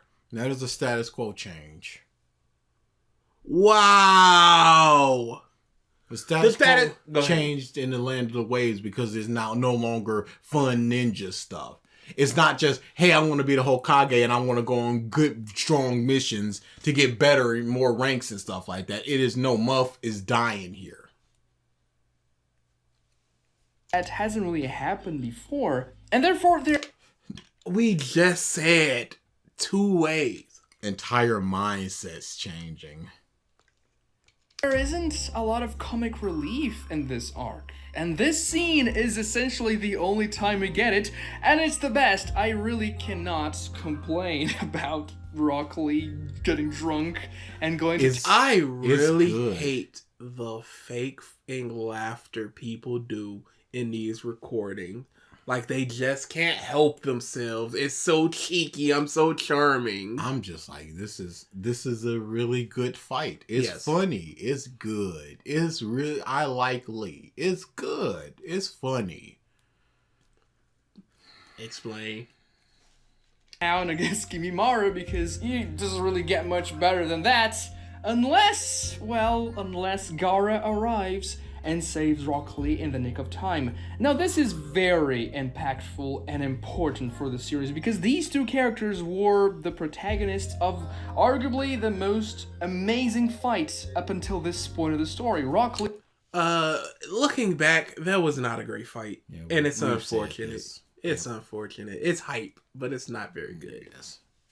Versus and Gaara. How is this important? Because these two people are interacting again. And never again after this? Never again of any substance after this. How is this important for him to just go, sup? Is a staple. I know many people only continue watching or begin to watch Naruto because they saw that fight, and it's completely understandable because that fight is absolutely great. There's nothing you can say about this battle. It is not a great fight. It's not a great fight. Say that.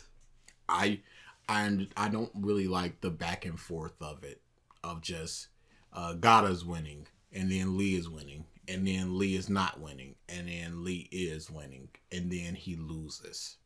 It's a very thematic battle because we get the whole hard work versus genius and we get Lee's backstory, but it is, oh, he's really fast and then he punches him and then he gets clowned upon.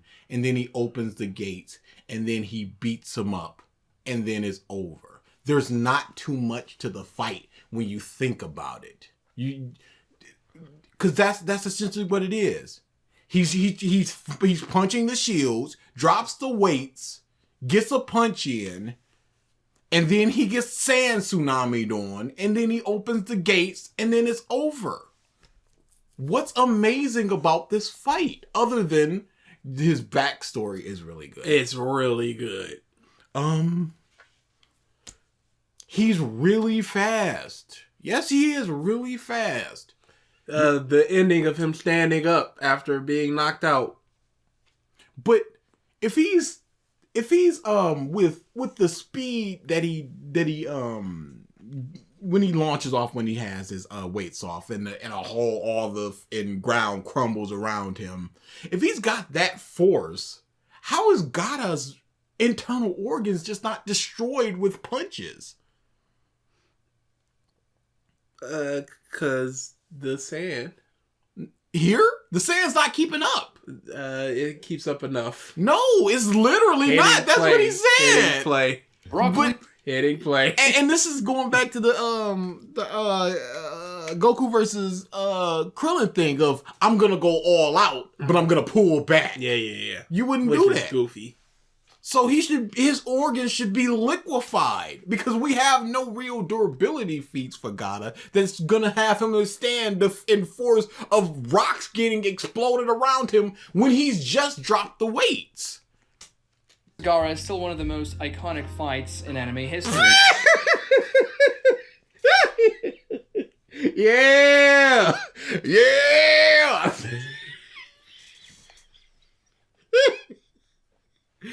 It was only a matter of time, if we're being honest. I can't say that.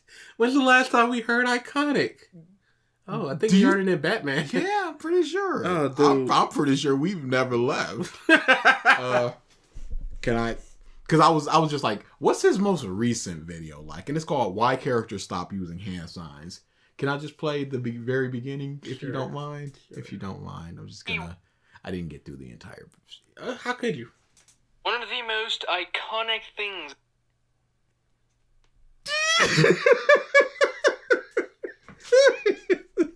It's just a nothing word at this point, just yo. never ending.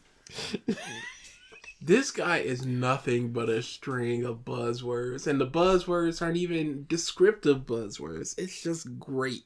He's not even using things like dynamic. It's just amazing. It's great. It's funny. And Gaara being that evil character that you wanted to die, that was completely twisted, coming for Rock Lee's rescue after really hurting him is poetic, and we can see how Poetic again. Did he go specifically to Lee, or did he just go there and just, I'm here now? Yeah. What would have happened if everything was shuffled? And again, if we're saying that he did go there specifically for Lee, does he have a way to track anybody? Naruto changed him. And also, Gaara versus Kimimaro is another great fight. Among Orochimaru's henchmen, Kimimaro is definitely the character that has the most development, other than Kabuto, of course, but it's interesting to see Kimimaro being completely brainwashed by Orochimaru and being so focused on serving and protecting him that he can Was he brainwashed, or did he just really believe in his cause? He says that he's got development, but do we know why that happened? I don't necessarily remember. Same. It might have been a line or two, but there definitely wasn't a flashback, because if there was a flashback, we'd have to get into the fact that he is a member of the Kaguya clan, and Kishimoto hasn't thought of that yet.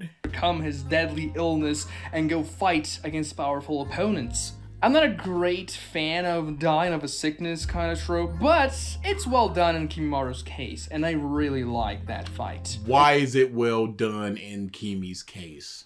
We've moved on, sir. We've already left. We've never been here. Never knew the directions.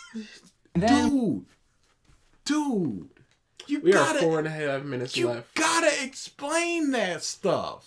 You say that you don't really like it, but why do you think it's fine here?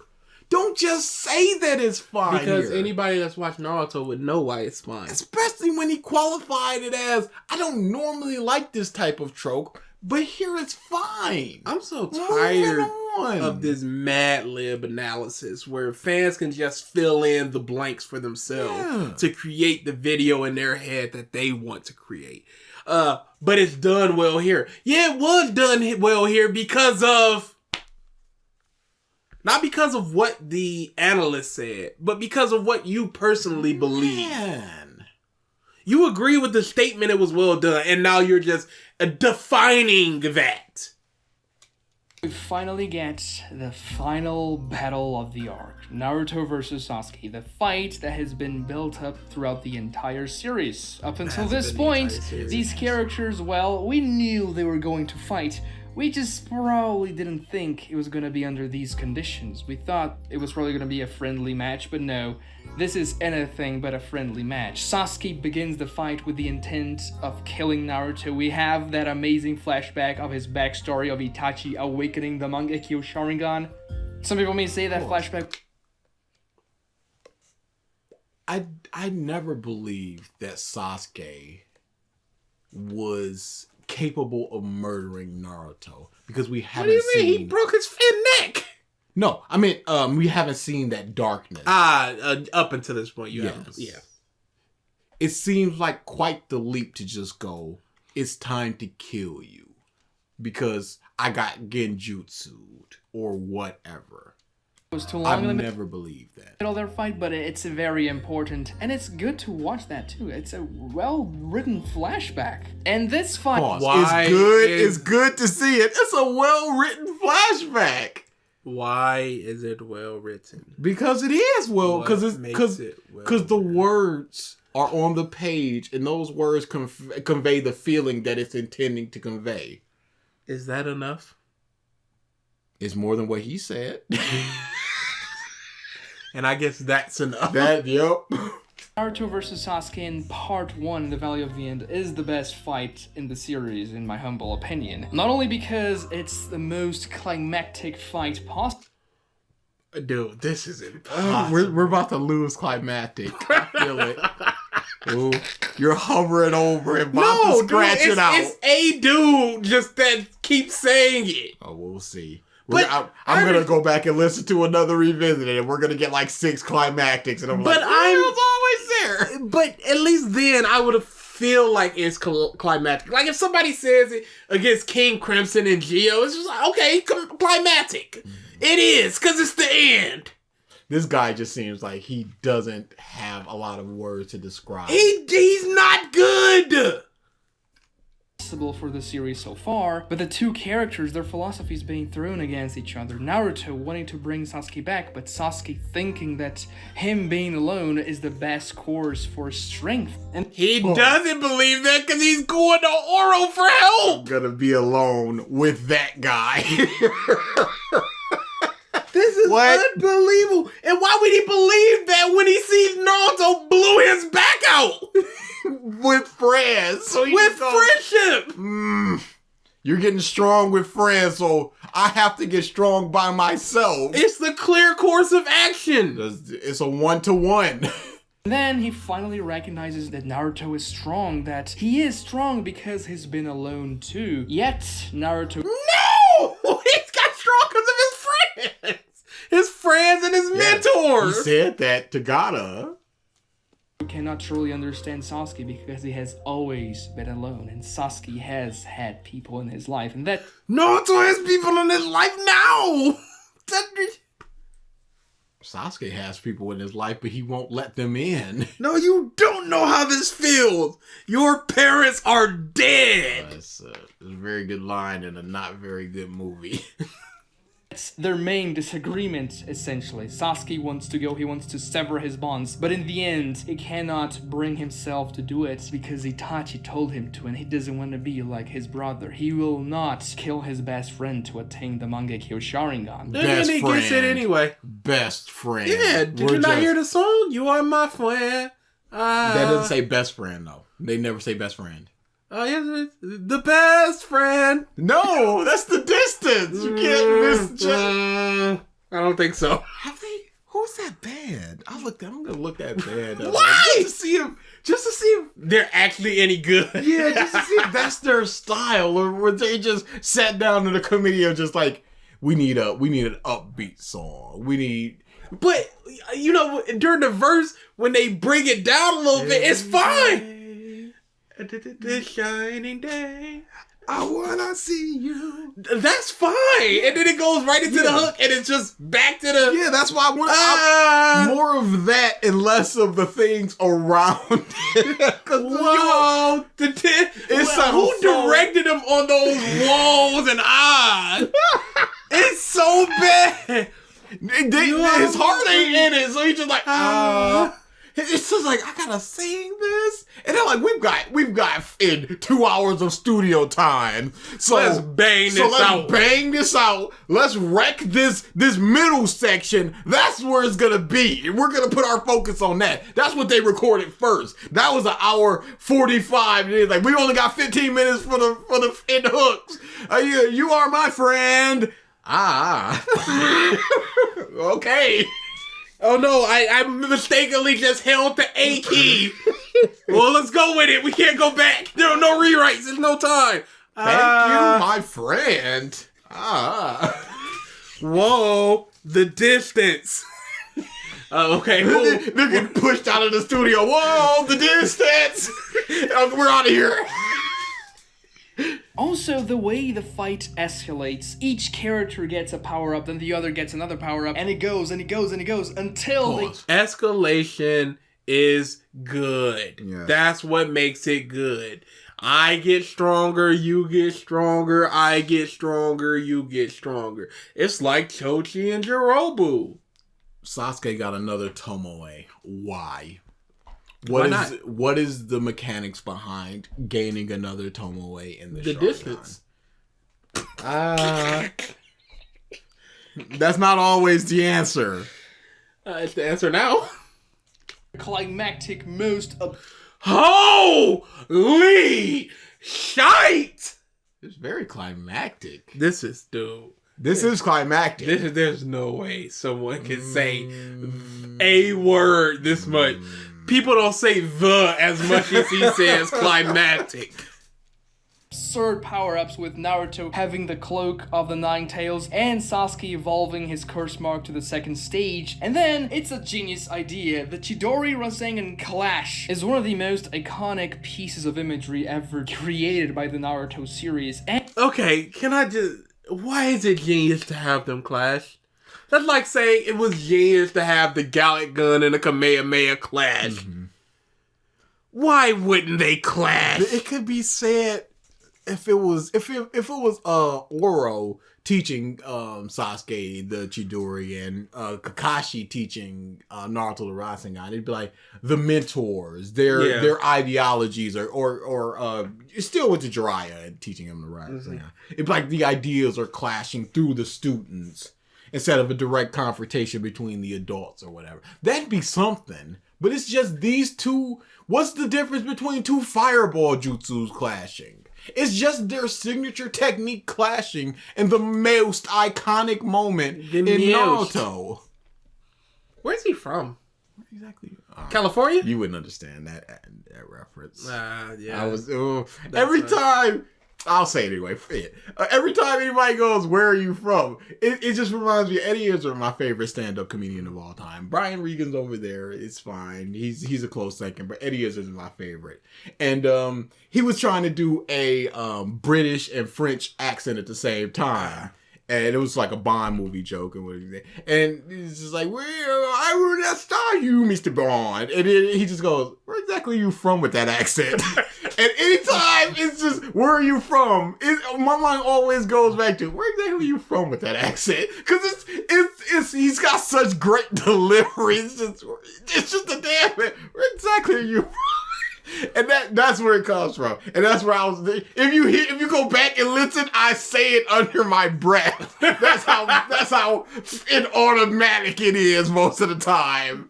The final clash between their final forms is one of the most jaw-dropping scenes in the entire anime. You cannot get more hype than that. And after jaw-dropping hype.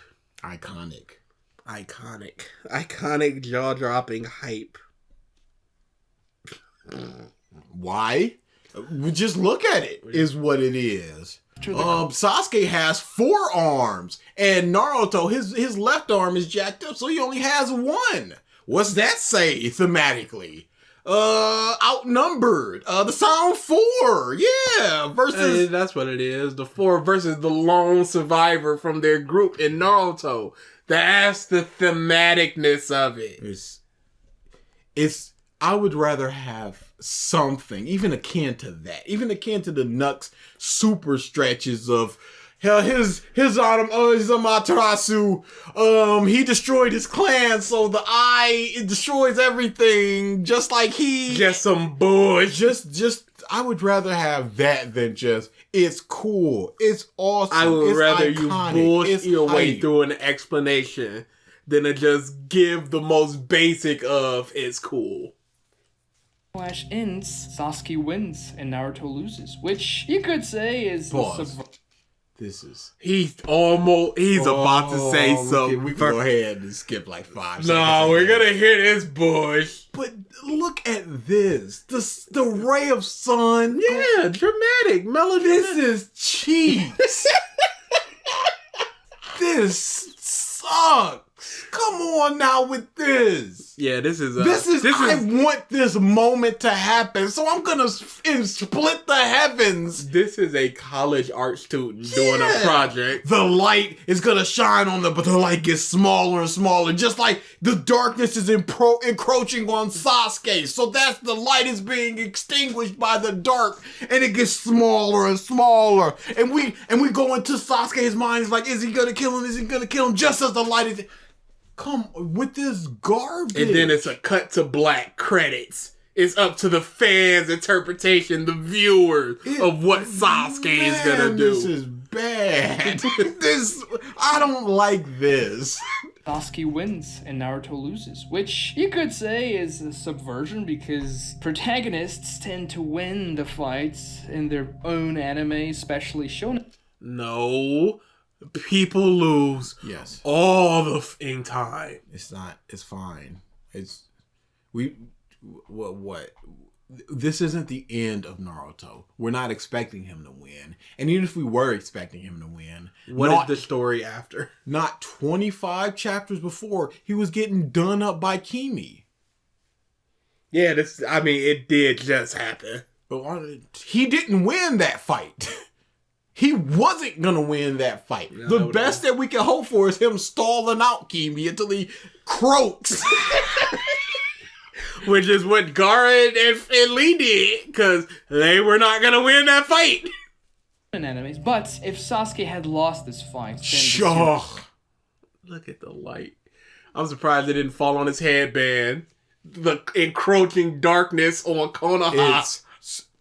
It's so lame. This is such... This might as well just have the caption of deep, isn't it? Think about this, audience.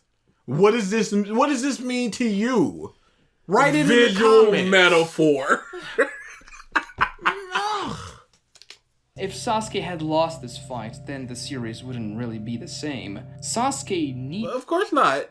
If anything happened other than exactly what happened here, the series wouldn't be the same. If Naruto lost an arm. If they killed Naruto and they needed to do some forbidden resurrection jutsu. But he got to meet his parents in the afterlife. And they told him to be friends with the fox. And that would allow enough of his essence back into his body to be reanimated or something. I don't know.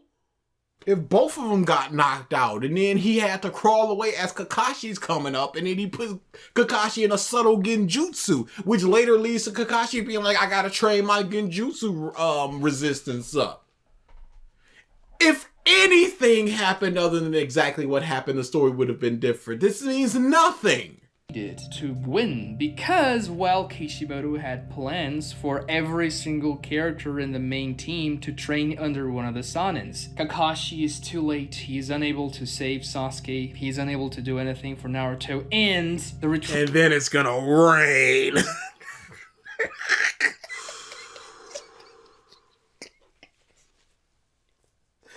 It's so deep. Kishimoto was drinking something when he was just like, awesome. He's just like, yeah, this is gonna get him. The rain, the light. And it did. And it did. Is very hurt, every single one of them, except for Shikamaru. Ironically enough, he only gets a broken finger. The rest has to go under very heavy treatment in order to heal their wounds, and Shikamaru... This is Naruto needs to go through. Didn't you see him when he was all bandaged up? Okay, he was bandaged up, but what treatment did he need to go through? Why was he bandaged up? That's a very good question. If both Tsunade and Shizune could just and heal them. Or any medical ninja. Or any... 3 of them. Just like, okay, none of them are as good as those 2, so just get 3 of them. No, they were all here helping Choji and... Was his jaw broken or something? Like, why did he need bandages? Because if you got he wasn't even bleeding in the previous panel.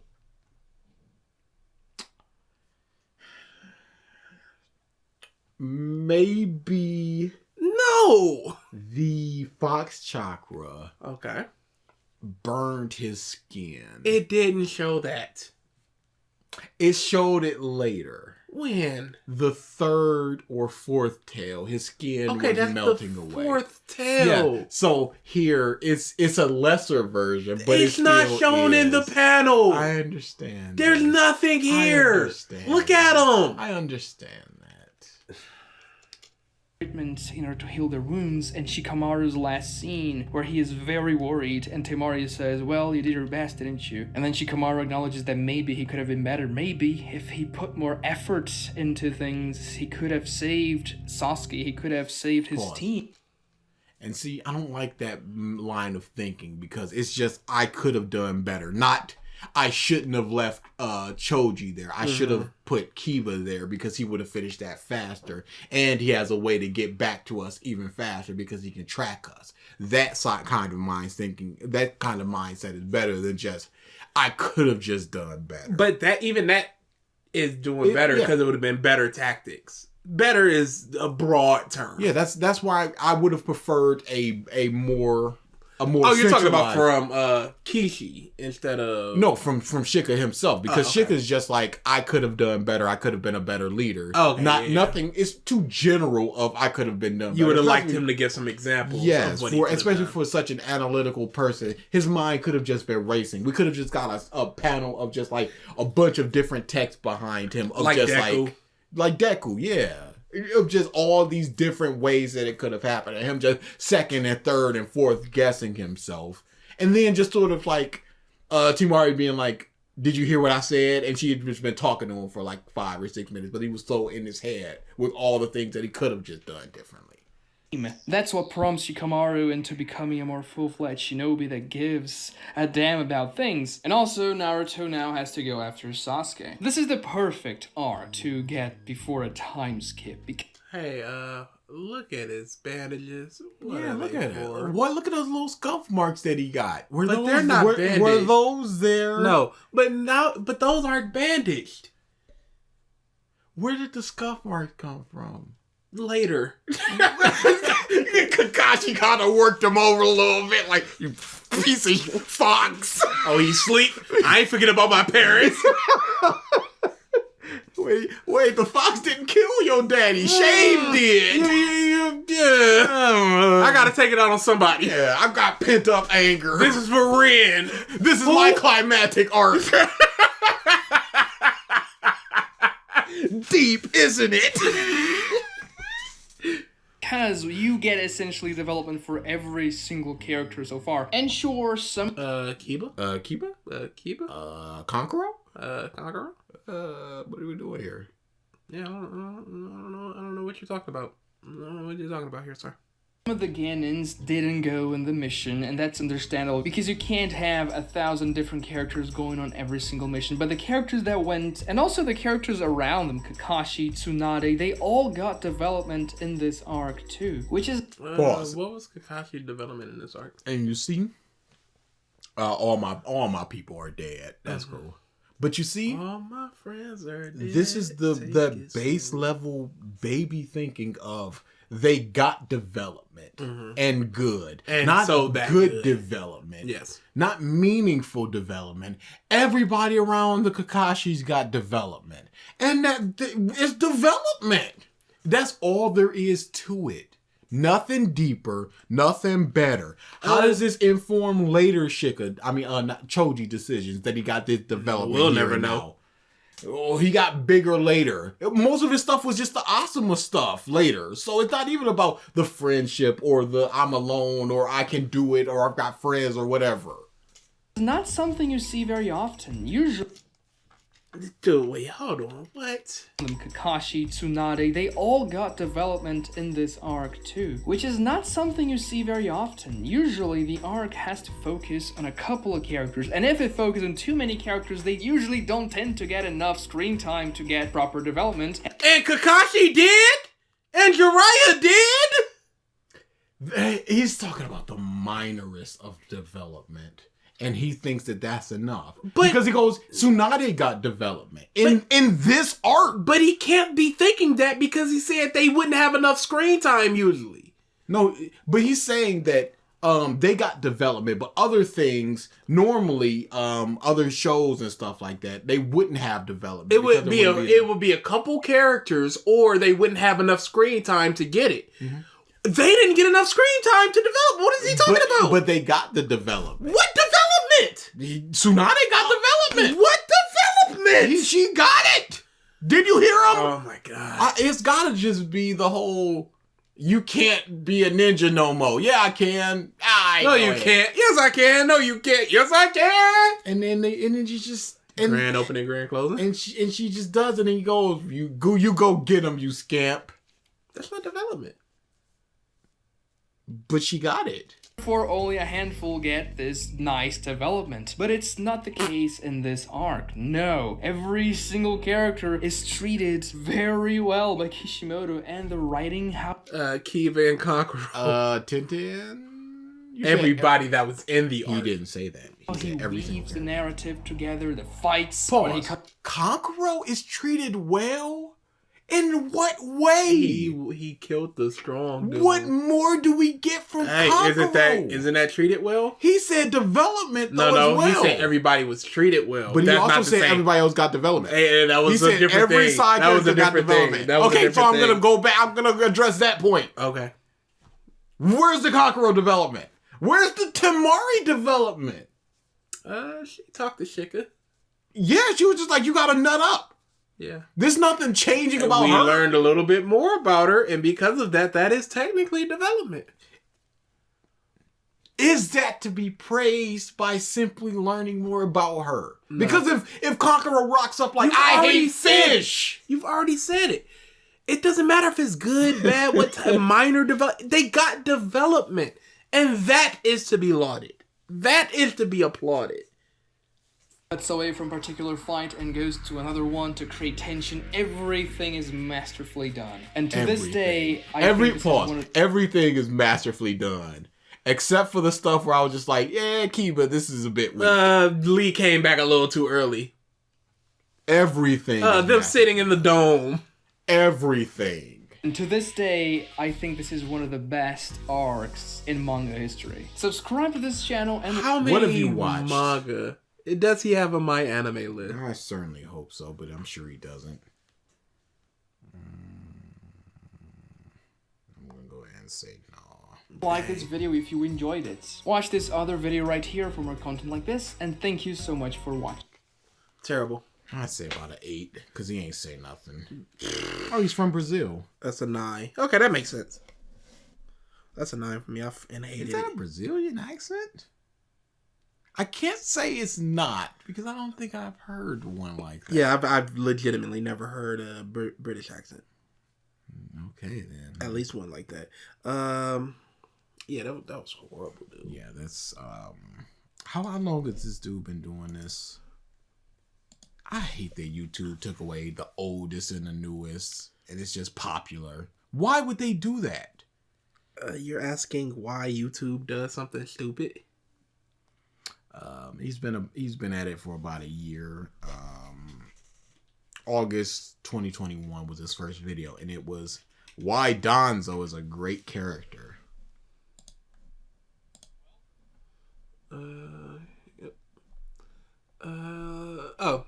That's why I wanted to go to this, to see the bush. And while you're doing that, I'm gonna take a look at the comments. Yep. This is about the Naruto itself. This is about the Naruto itself.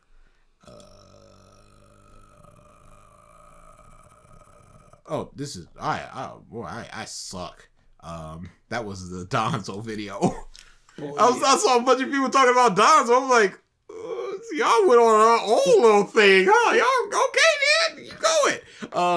The Naruto. 6 climatic. Oh, that seems a little low. It looks like 4 iconic. Around the 6th person, there's somebody called Someone Who Really Likes Milks that says, this video explains all the reasons why the fights in Naruto.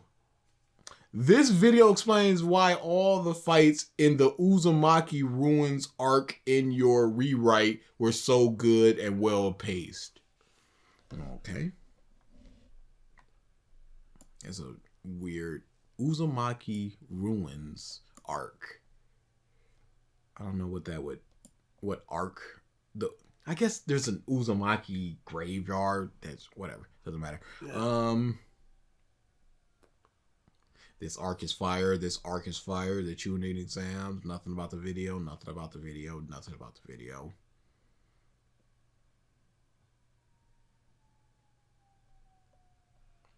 Yeah. It's just all this I like Naruto stuff. Yeah. Yeah.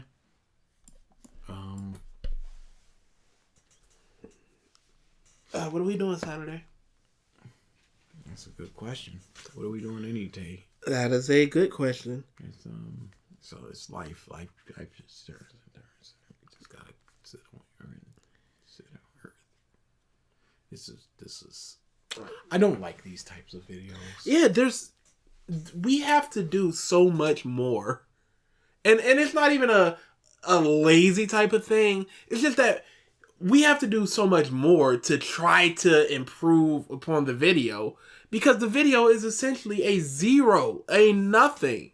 You're giving a synopsis. What happened. And if our thing is counter analysis, response analysis, we can't response analysis a manga panel. There's not too much we can say about this was so good, other than no, it wasn't so good, and here's the reasons why it wasn't so good. And we're doing so much more work than what they're doing. So, yeah, don't know what we're doing. Soon we're going to have the fans calling us out, Bush. Yeah, I can't think of... There's nothing we really need to...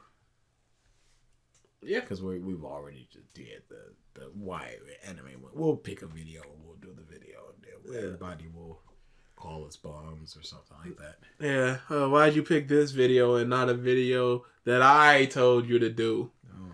Thanks. Can't win. Can't win for lose. Dude, we'll legitimately pick anime win. Why'd you pick that one? Okay, but what about Salad Saiyan? All right, Salad Saiyan night. Why this Salad Saiyan? It should have been this Salad Saiyan. Oh, can we get more Salad Saiyan? Mark video and just going, hey, next Mark video. Legitimately Mark video and just going, it should be this Mark video. No, it wasn't even this. It should be this Mark video. They were like, all right, do this Mark video next. We're spoiling them. And it's getting to a point where they're very demanding of things because it's gonna happen. Yeah.